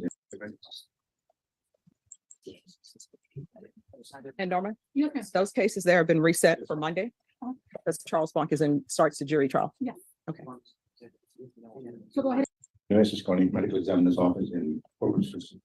Have you previously worked in Bear County? Yes, sir, I did. And where did you work? As deputy medical examiner at the Bear County ME office. Well, what type of education and training did you receive to become a medical examiner? Yes, to be a medical examiner, just like any other physician, I went to medical school, and after graduating from medical school, I did 4 years of training in pathology, and that was at Robert Wood Johnson University Hospital in New Jersey. And after completing 4 years, I did further specialization in forensic pathology, and that happened to be in Bear County or San Antonio ME office. And after doing that, after I would say 5 years after med school, I am board certified forensic pathology, meaning American Board of Pathology is certified me. And can you explain to the jury, what is pathology? What is that? Yes, pathology is a general field where you study the diseases, and after pathology, what I specialize is forensic pathology, which is a specialty specifically deals with death investigation. And what goes into death investigation? Yes, medical legal death investigation is our specialty, where there are two main things we do, which is cause of death, why somebody died, and manner of it, how they died. And we do this in investigating the circumstances surrounding the death and looking at the body, documenting the injuries. We are experts in interpreting injuries, and we do an autopsy and then formulate a report. Now, what do you do exactly when you perform an autopsy? Yes, forensic autopsy is a very complete, thorough autopsy, specific to the cause of death. And it's like in a physical exam, when you go to a doctor, they look at top to bottom, we do the same, examine top to the bottom and document the injuries with photographs, and do an internal examination, which is examination of all the organs in the head, chest, abdomen, and document it. And also do a toxicology, which is study of poisons in the blood. So I want to direct your attention to this case. Did you perform an autopsy in this case? Do you have the number? Yes, what, I guess, medical examiner office number is associated with this case? Yes, it's 2022-0881. And when did you perform this autopsy? This was done on the decedent's name. Thank you, Josie. I've not been having much views on them, but I did give a brief mention by your podcast, but I forgot the name of it off the top of my head because I do everything off the top of my head. I forgot the name of it, so I was like, "Gosh, I'll let you know when it's out there." So yeah, once it's you're launched, I'll make sure to plug it and stuff for you guys. But yeah, I enjoy it. Just I haven't got many views on them yet. I'm going to do lots on Brian Kohlberger and Murdoch and obviously Zach and stuff. But yeah, I'm just testing the water a little bit. So thank you very much for that, Josie. Appreciate the comment. Yeah, I heard so. That's why you're probably going to take like 6 months or something. So no, I thought it'd be interesting, but not for that long. Gee. Do you want the name? No, I said, when did you perform Well, an autopsy? okay, it was done on April 1st, 2022. And who did you perform this autopsy on? Yes, the decedent was Avante, Avante, Boyce, Boyce. And what injuries did you observe while performing the autopsy? Yes, we look at the body as a whole, and in this case, I did notice that he was a young male of 19 years of age, and he had evidence of intervention at the hospital, and if I could revive him. There was evidence of tubes protruding from the mouth and chest tubes to draw blood from the chest. And after documenting all that, I did find evidence of injury. And what evidence of injury did you find? Yes, the two main evidence of injury were two gunshot wounds on the body. I'm going to show you what's been marked as state exhibits number 32 and 33. Do you recognize these? Yes, sir.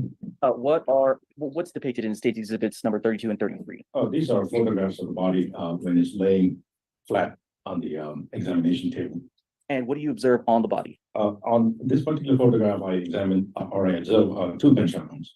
And are these photographs, are they true and accurate depictions of the injuries you observed while performing the autopsy on Avante Boyce? Yes, sir. Have they been altered in any way? Oh, no, it doesn't appear to be. Your Honor, state will offer state exhibits number 32 and 33. That's kind of a chance to see. We have no objections, Your Honor. All right, can I have parties approach? Yes, ma'am.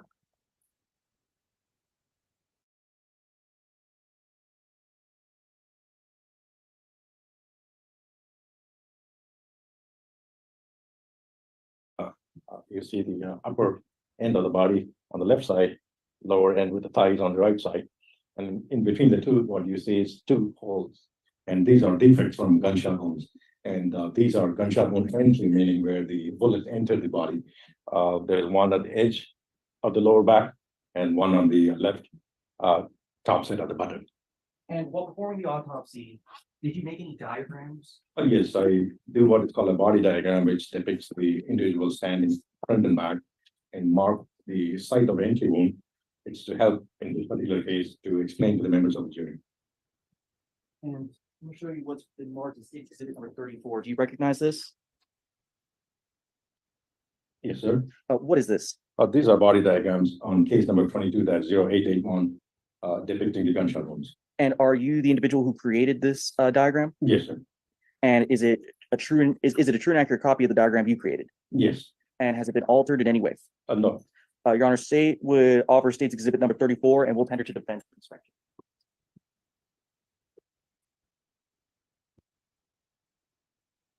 Yeah, we have no objections. State's Exhibit 34 is admitted without objection. Permission to publish it? Granted.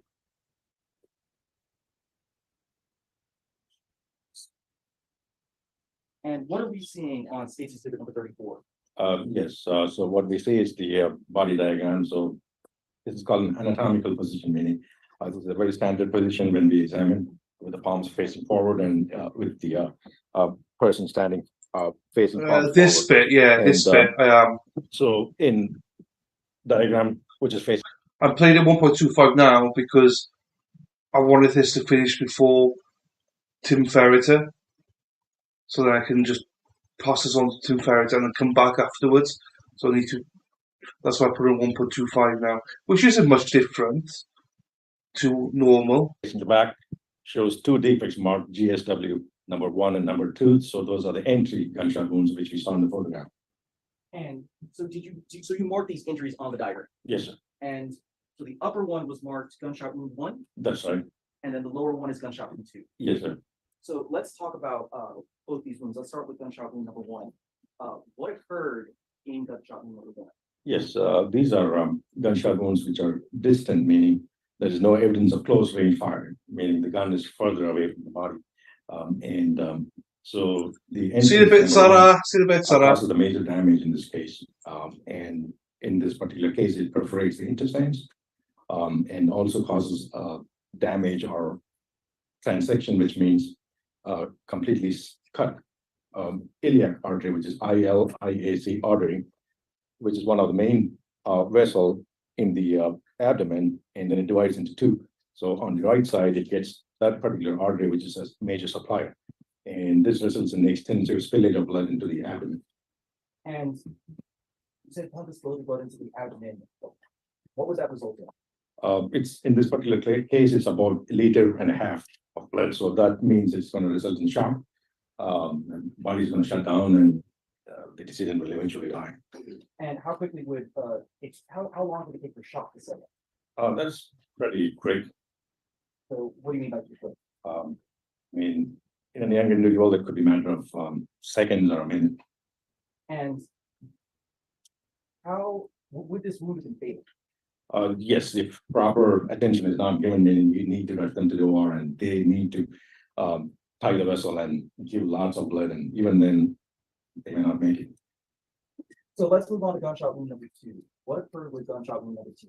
Yeah, that's in the upper part of the buttock, and this one does not cause any major damage, meaning it just perforates the muscles in the buttock without any blood vessel injury, and then comes to rest, which I recovered as fragments of bullets.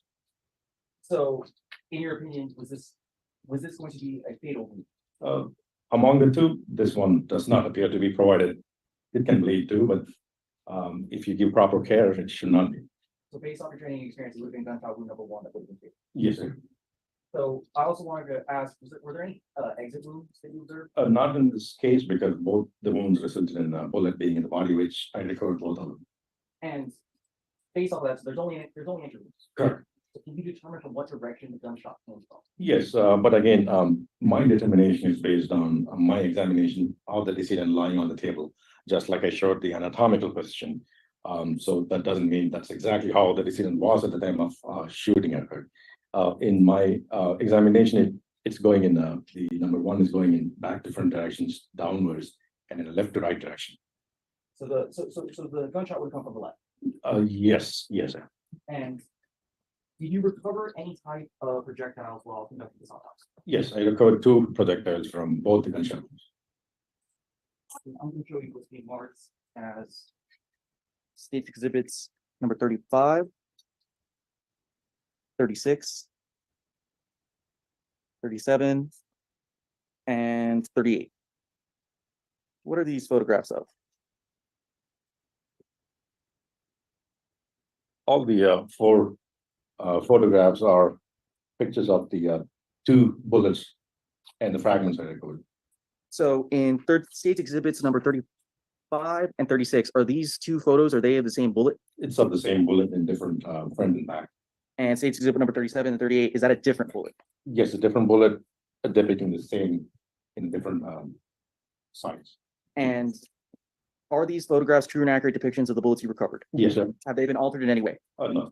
Your Honor, state would offer state's exhibits number 35, 36, 37, and 38, pending inspection by the defense. Thanks, sir.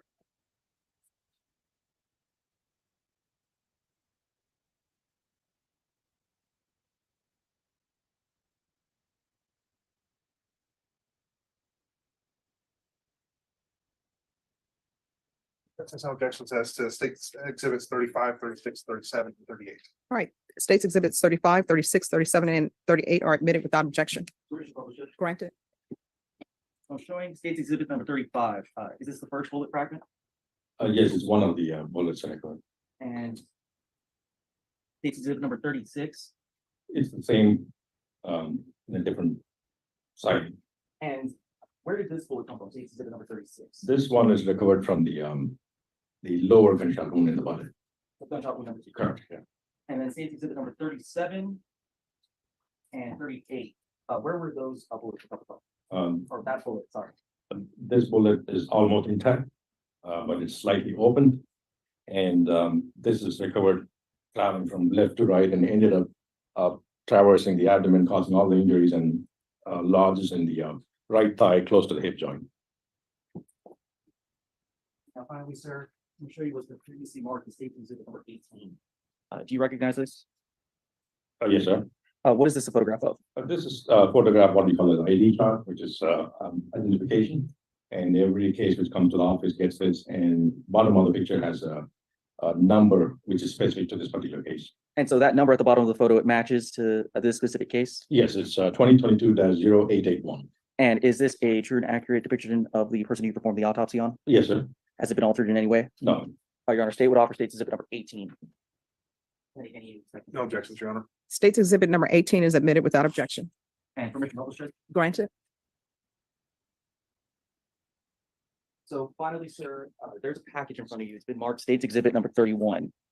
Would you be able to open this, please? Yes, this is right here.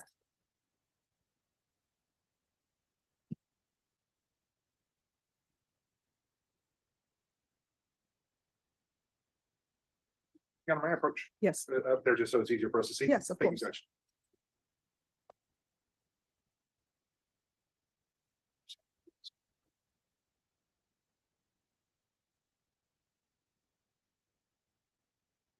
And what was inside of state's exhibit number 31? Inside the larger envelope is are two smaller evidence envelopes sealed with evidence tape. And the front of the envelopes has the case number 22-00881. And the other envelope has 22-00881. And it also has my signatures. And what's contained in, I'll mark. Oh, is what's marked as state's exhibit number 31A. Does it say where this or what's inside? Yes, it says projectile fragments from left button. And then state's exhibit number 31B. Does it say what's inside? Yes, sir. It says projectile from right hip. And are these the projectiles that you recovered while performing the autopsy? Yes. Yes. And I know you haven't opened them up. Is it because they're in fragments? Yes, some of them are in fragments. Your Honor, state would offer state's exhibits number 31, 31A, and 31B. We have no objections as to those three, Your Honor. All right. States exhibit 31, 31A, and 31B are admitted without objection.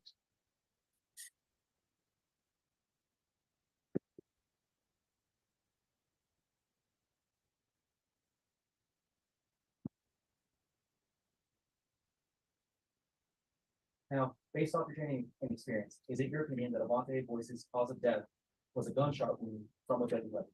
That was fired from a deadly weapon? Well, in my opinion, Avante boys died as a result of gunshot wounds. Yes, sir. Ask the witness. Right? Defense. Dr. Ken, my name is Adam LaHood, defense attorney. How are you doing today? Yes, sir. Doing good. I just have a few questions for you, sir. And again, if I ever ask you something you don't understand, just let me know. We can rephrase or slow down for you, okay? Sure. You indicated that on the entry wounds, the bullets, that you didn't observe any kind of powder burns or any other defects other than the bullet hole itself? Yes, sir. There is no evidence of close range firing. Yes, sir. So you said that's so it is not indicative of a close range fire. Did I understand that correctly? Yes. Okay. Do you have any idea how close the shooter was when Avante was shot based on your examination of the body? No, sir. All we can tell is it's a distant wound.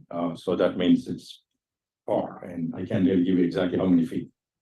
When you say close, how close would it be to leave a powder burn or abrasion around the wound? Well, in approximately we can give a distance, which is if a handgun was used, we usually say it's about 3 to 5 feet. That's an approximation. About 3 to 5 feet Yes. approximately? Yes, sir. All right. Thank you, sir.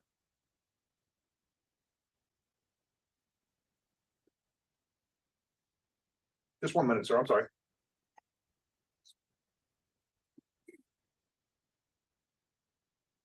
Sir, we're going back. We're talking about gunshot wound number 1. You said that it perforated the iliac artery. Did I say that correctly? Iliac, yes, sir. Say it again. I'm sorry. Iliac. Iliac. My apologies. Medical terminology isn't my strong suit. What is the iliac artery, sir? Yes, so like I explained before, so the abdomen has a main artery running in the middle, called the aorta, which is aorta, and that branches into 2 right above the leg. And one of them is the right iliac, which is ILIAC artery, other one is the left. And that goes and supplies to the right leg and left leg. Yeah. So basically that's one of the main arteries that provides blood to the legs? Yes, it's just before the leg. Okay, sir.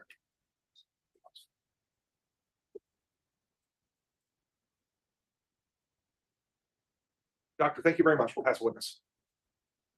Just one question, doctor. If someone were wearing clothes, would that affect whether or not any type of burn marks or gunshot wound was heard? Yes, it can, but most of the time, sometimes if the weapon is so close, it can still, the powder grains are so hot when it comes from the muzzle end of the gun, it can still penetrate and leave some mark. And yes, you're right, it can filter off some of them, but not all of them. No further questions, Your Honor. All right, is this witness excused or subject for recall? Excuse, Your Honor. All right, the rule has been invoked. What that means is you cannot discuss your testimony with anyone except for attorneys for the state or the defense. Yes, Your Honor. All right, you may step down.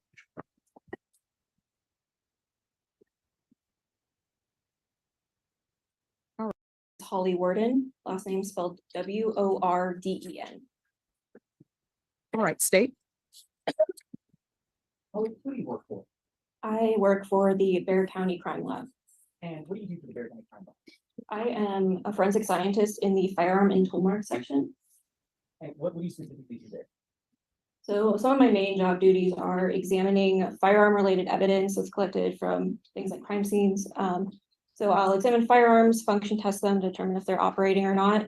And I'll look at fired bullets and fired cartridge cases and perform a microscopic comparison of those to determine if they were fired in the same firearm or not. Those are some of my main duties. How would you make a determination whether or not two projectiles were fired from the same gun? So I have a piece of equipment called a comparison microscope, and it's essentially like 2 microscopes that are connected by something called an optical bridge. And what it's allowing me to do is look at 2 items, or in this case, bullets, at the same time and at the same magnification. And I'm looking at tool marks that are left on the bullet from a firearm that fired them. Each firearm has its own pattern or signature of tool marks that are left on the bullet. And so when I perform a comparison of those, I'm comparing the pattern of those tool marks. And if I see that the pattern is in sufficient agreement, then I can conclude that those 2 bullets were fired from the same firearm. So you keep saying we're tool marks. What do you mean by that? So a tool mark would be essentially anything that's made when a harder object impacts a softer object. So that could be something like a scratch or an impression. And generally the firearms are unique to every firearm?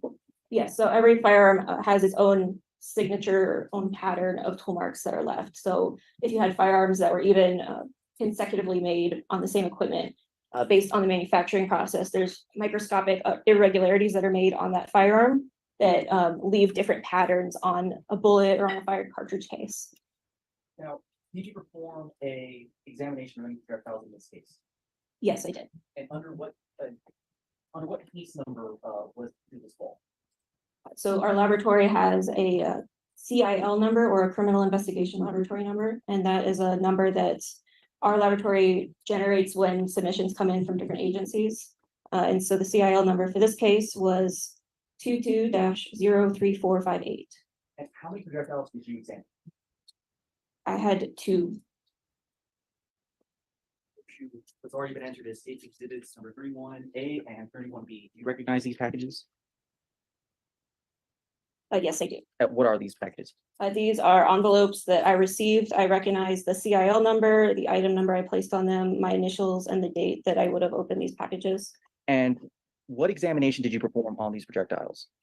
So essentially, I would have examined them, filled out a worksheet that has various items that I document. So I would be examining the bullets for their caliber. I would be taking measurements of them, determining what type of rifling characteristics are on them, or markings that the barrel of a firearm would leave on the bullets.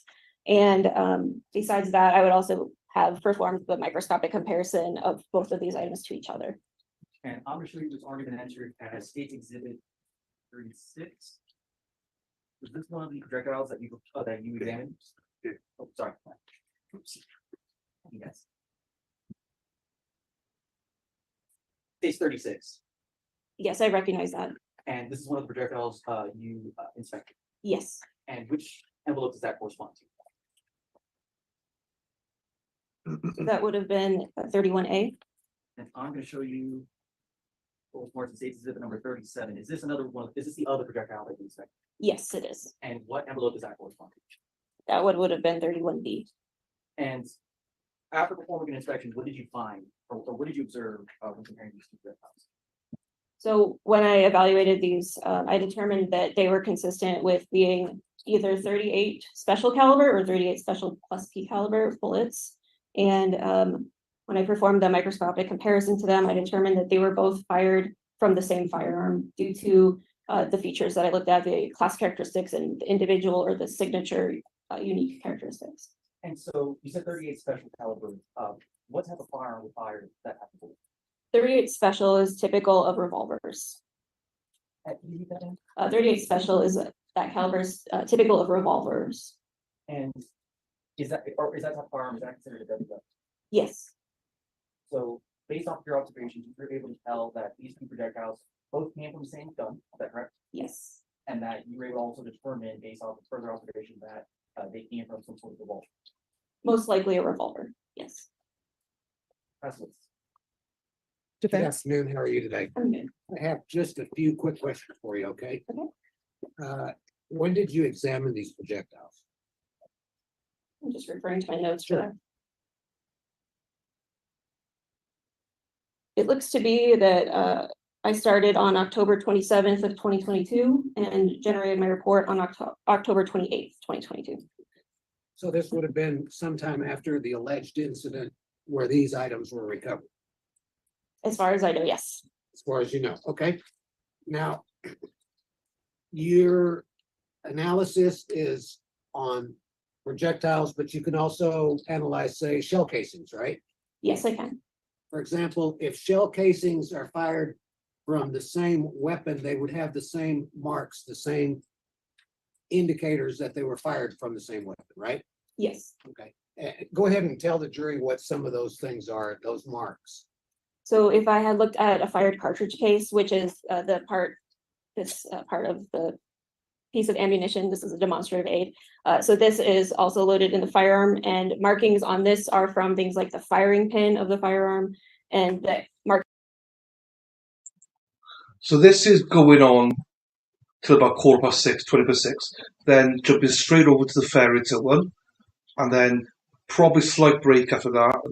Our time, back on at 8 o'clock then, until we finish closing arguments and verdict and everything. So on till about 11 maybe, I'm not sure. UK time that is. Markings also come from the area around the firing pin called the breech face.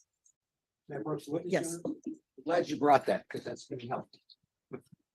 In analyzing the markings on the bullets, the muzzle of the weapon has certain striations, certain dents in it, correct? Yes, And that's part of the evidence that you use to determine if it's the same weapon, right? correct. Okay, and that's what you did in this case. Yes, with the bullets. Okay, and I know this doesn't have the markings in it, the grooves that we call them.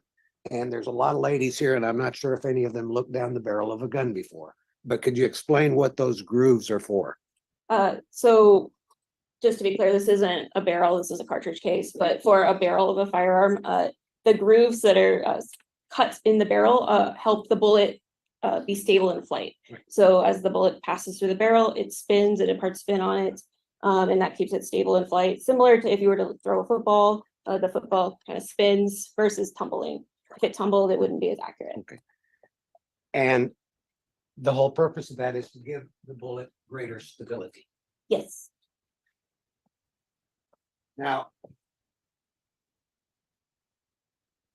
the last thing you said is that you thought this might have been a revolver. Yes, so the caliber of the 38 special caliber is typical of revolvers. There have not been nearly as many pistols made in that caliber. And it's typically associated with being a type of revolver ammunition. Okay, now 38 is just the caliber, that's the size, the dimension of the bullet, right? Yes, it's the name of it. It's close to that amount in inches. Different cartridges, the names of them are a little complicated with how they came up with them, but it relates to a certain size of the firearm barrel. Yeah, and just to make sure that the jury understands this, a 22 caliber bullet is going to be a smaller bullet, say, than a 44 caliber bullet. Right? Yes. Okay. And the 38 is basically the same size as a 9mm bullet, right? They're pretty close in size. There's very, very slight difference, but very, very close.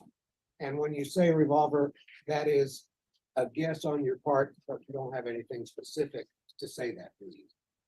To say specifically a revolver. So when I looked at these bullets, I took measurements of the impressions that the grooves of the barrel would have left. And I searched a database, and that database gives me a list of possible firearms that have those same dimensions that were on this bullet. That those firearms have the same groove dimensions. And the list was, the majority of them were revolvers. There were a few pistols listed, but those are very uncommon pistols that are on there. One last question. If someone described as a gun as an old Western gun, that's generally a revolver, right? That's typically what I would think of if I thought of a Western gun. Ask the witness, Your Honor. State. Nothing to say. All right, is this witness excused or subject to recall? Excuse your honor. Excuse, Your Honor. Thank you. Rule has been invoked. What that means, you cannot discuss your testimony with anyone. The only persons you're allowed to speak to are attorneys for the state or the defense. All right, thank you. You may step down. State, call your next witness.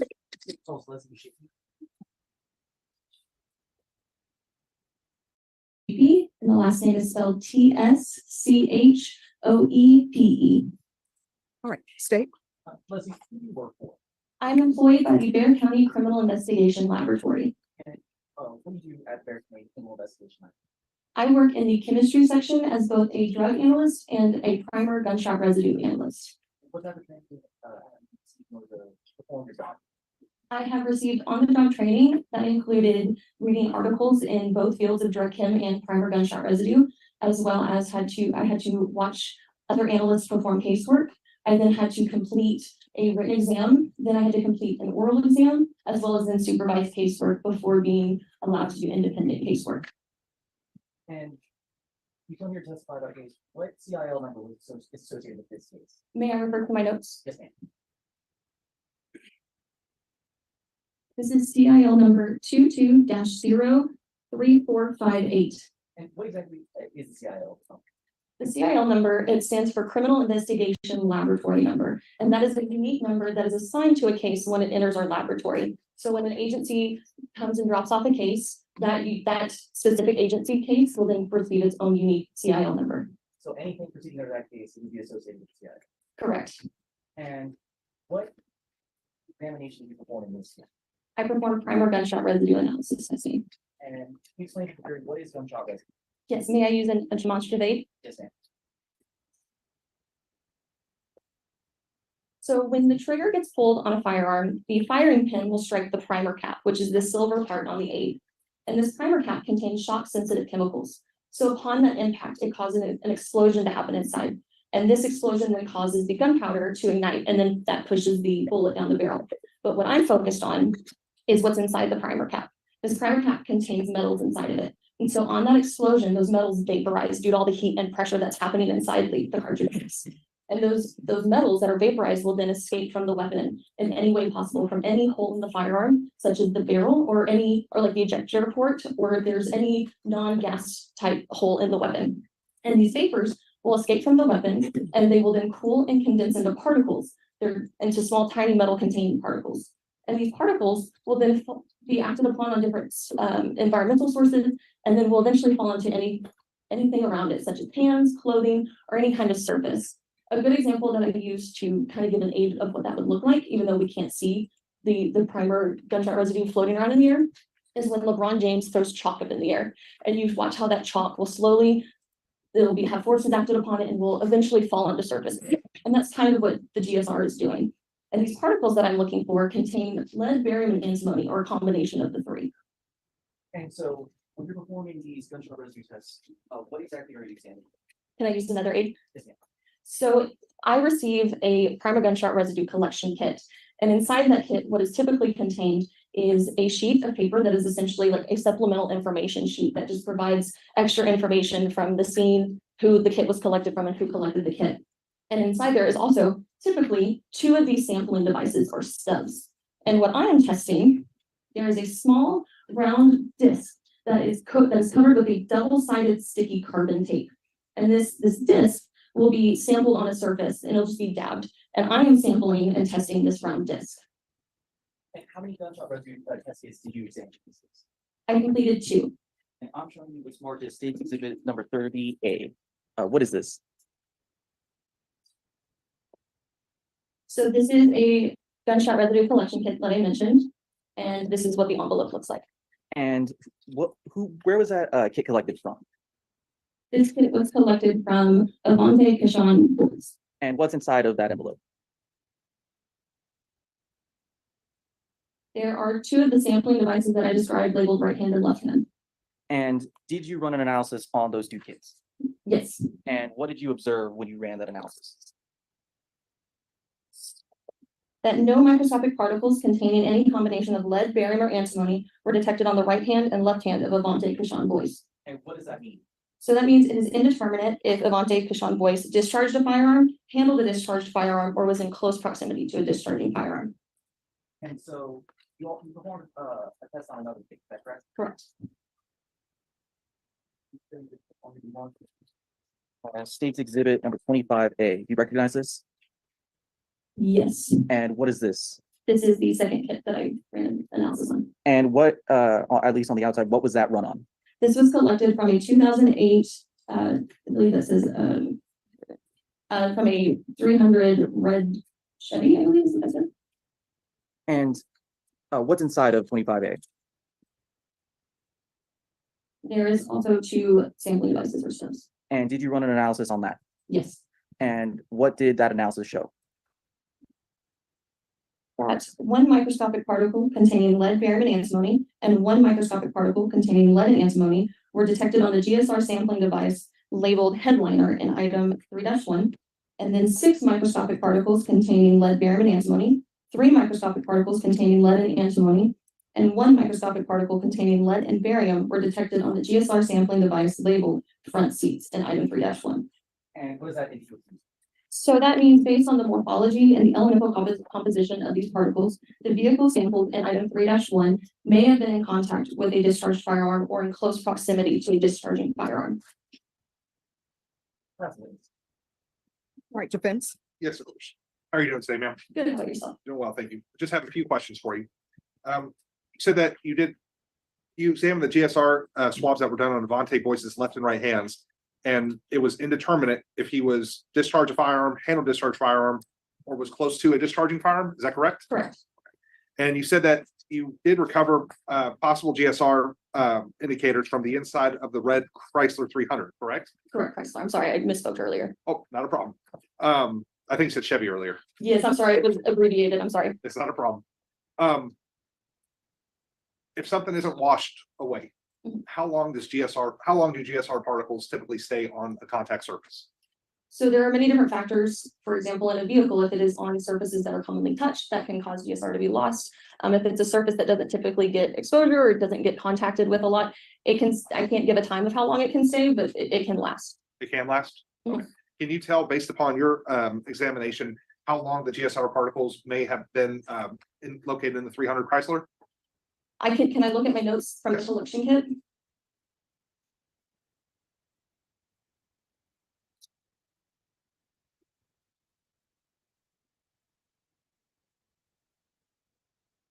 What I'm looking at is determined that collection kit that I was talking about contains a supplemental info sheet, and sometimes it will be filled out with when the incident happened or when the collection kit was taken, and so that's what I was checking. And it doesn't say on this sheet when the incident occurred. Thank you, ma'am. Your Honor, we'll pass this witness. All right. Any further questions? No. Is this witness excused or subject for recall? Excuse from the defense, Your Honor. All right, the rule has been invoked. What that means is you can't discuss your testimony with anyone. The only persons you're allowed to speak to are attorneys for the state or the defense. All right, thank you. Thank you. State, call your next witness. Yes.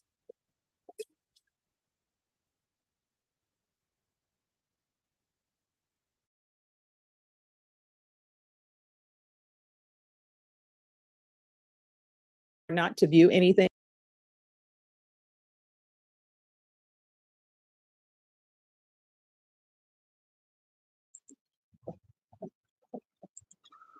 Okay, so the plan is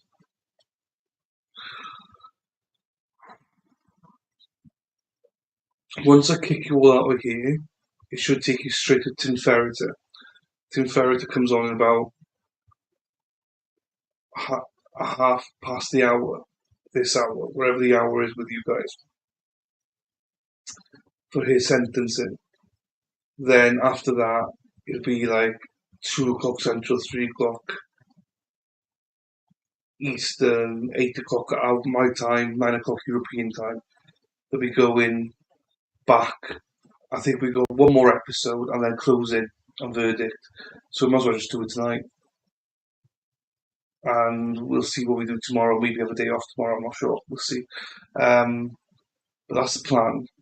Going ahead.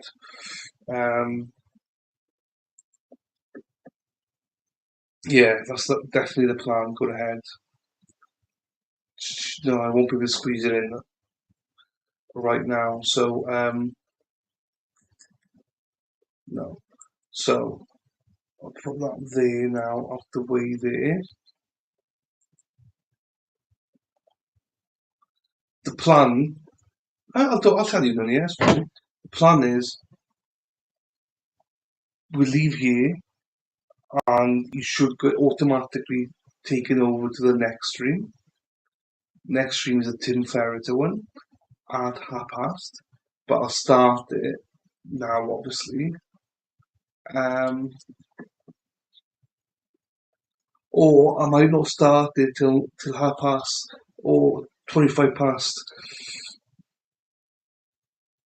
So once this closes, you should get kicked over to the chat of that one. You should. And then I'll start at about 25 past. Just to give myself like 10 minutes to get everything in order, do you know what I mean? And then after that, we watch the rest of the witnesses for this case. Then we watch closing, and then we watch the verdict, and we'll do that at roughly around 2 o'clock Central, 3 o'clock European. No worries. So I've got it. There's 3 streams today. This one, next one is Tim Ferreter, and the one after that is on at 2 o'clock Central, 3 o'clock Eastern. It's just because I need some food and stuff like that in between, you know. So that's the plan anyway. I'm gonna get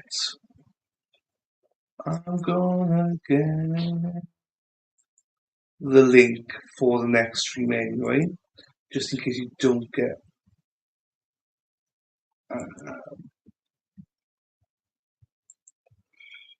Just in case you don't get taken over there. Oh, excuse me.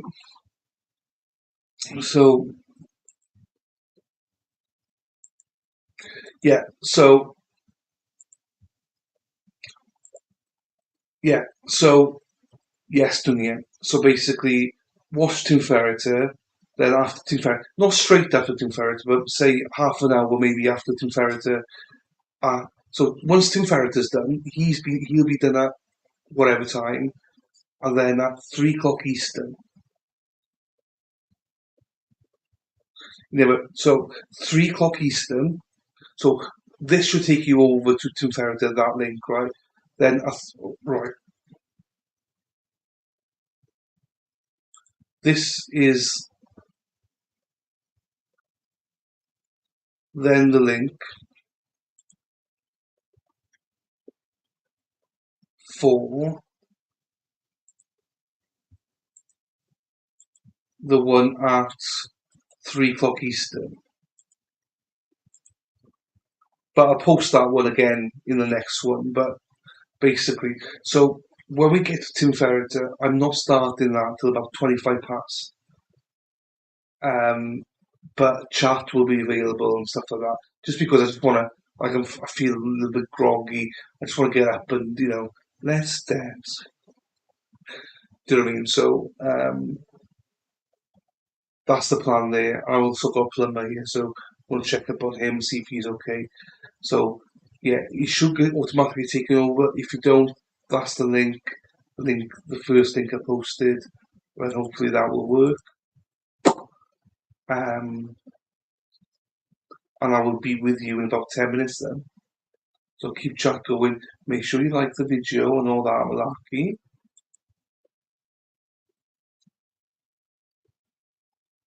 Hang on, what are you saying? You'll do the link to finish this one. Yes, I just posted it there, but yes, I will do it. Yes, I will do it. Yes, yes, yes. See you soon. That's it, Katie. No worries. I'll do that. Remind me. But the link is still in here, Linear. All you need to remember is after Tim Ferreter, at 3 o'clock Eastern, 2 o'clock Central. We'll be doing this. You can just come to my channel and get through. But yes, remind me. Right, with that, see you in about 10 minutes, guys. Free Zachary Anderson.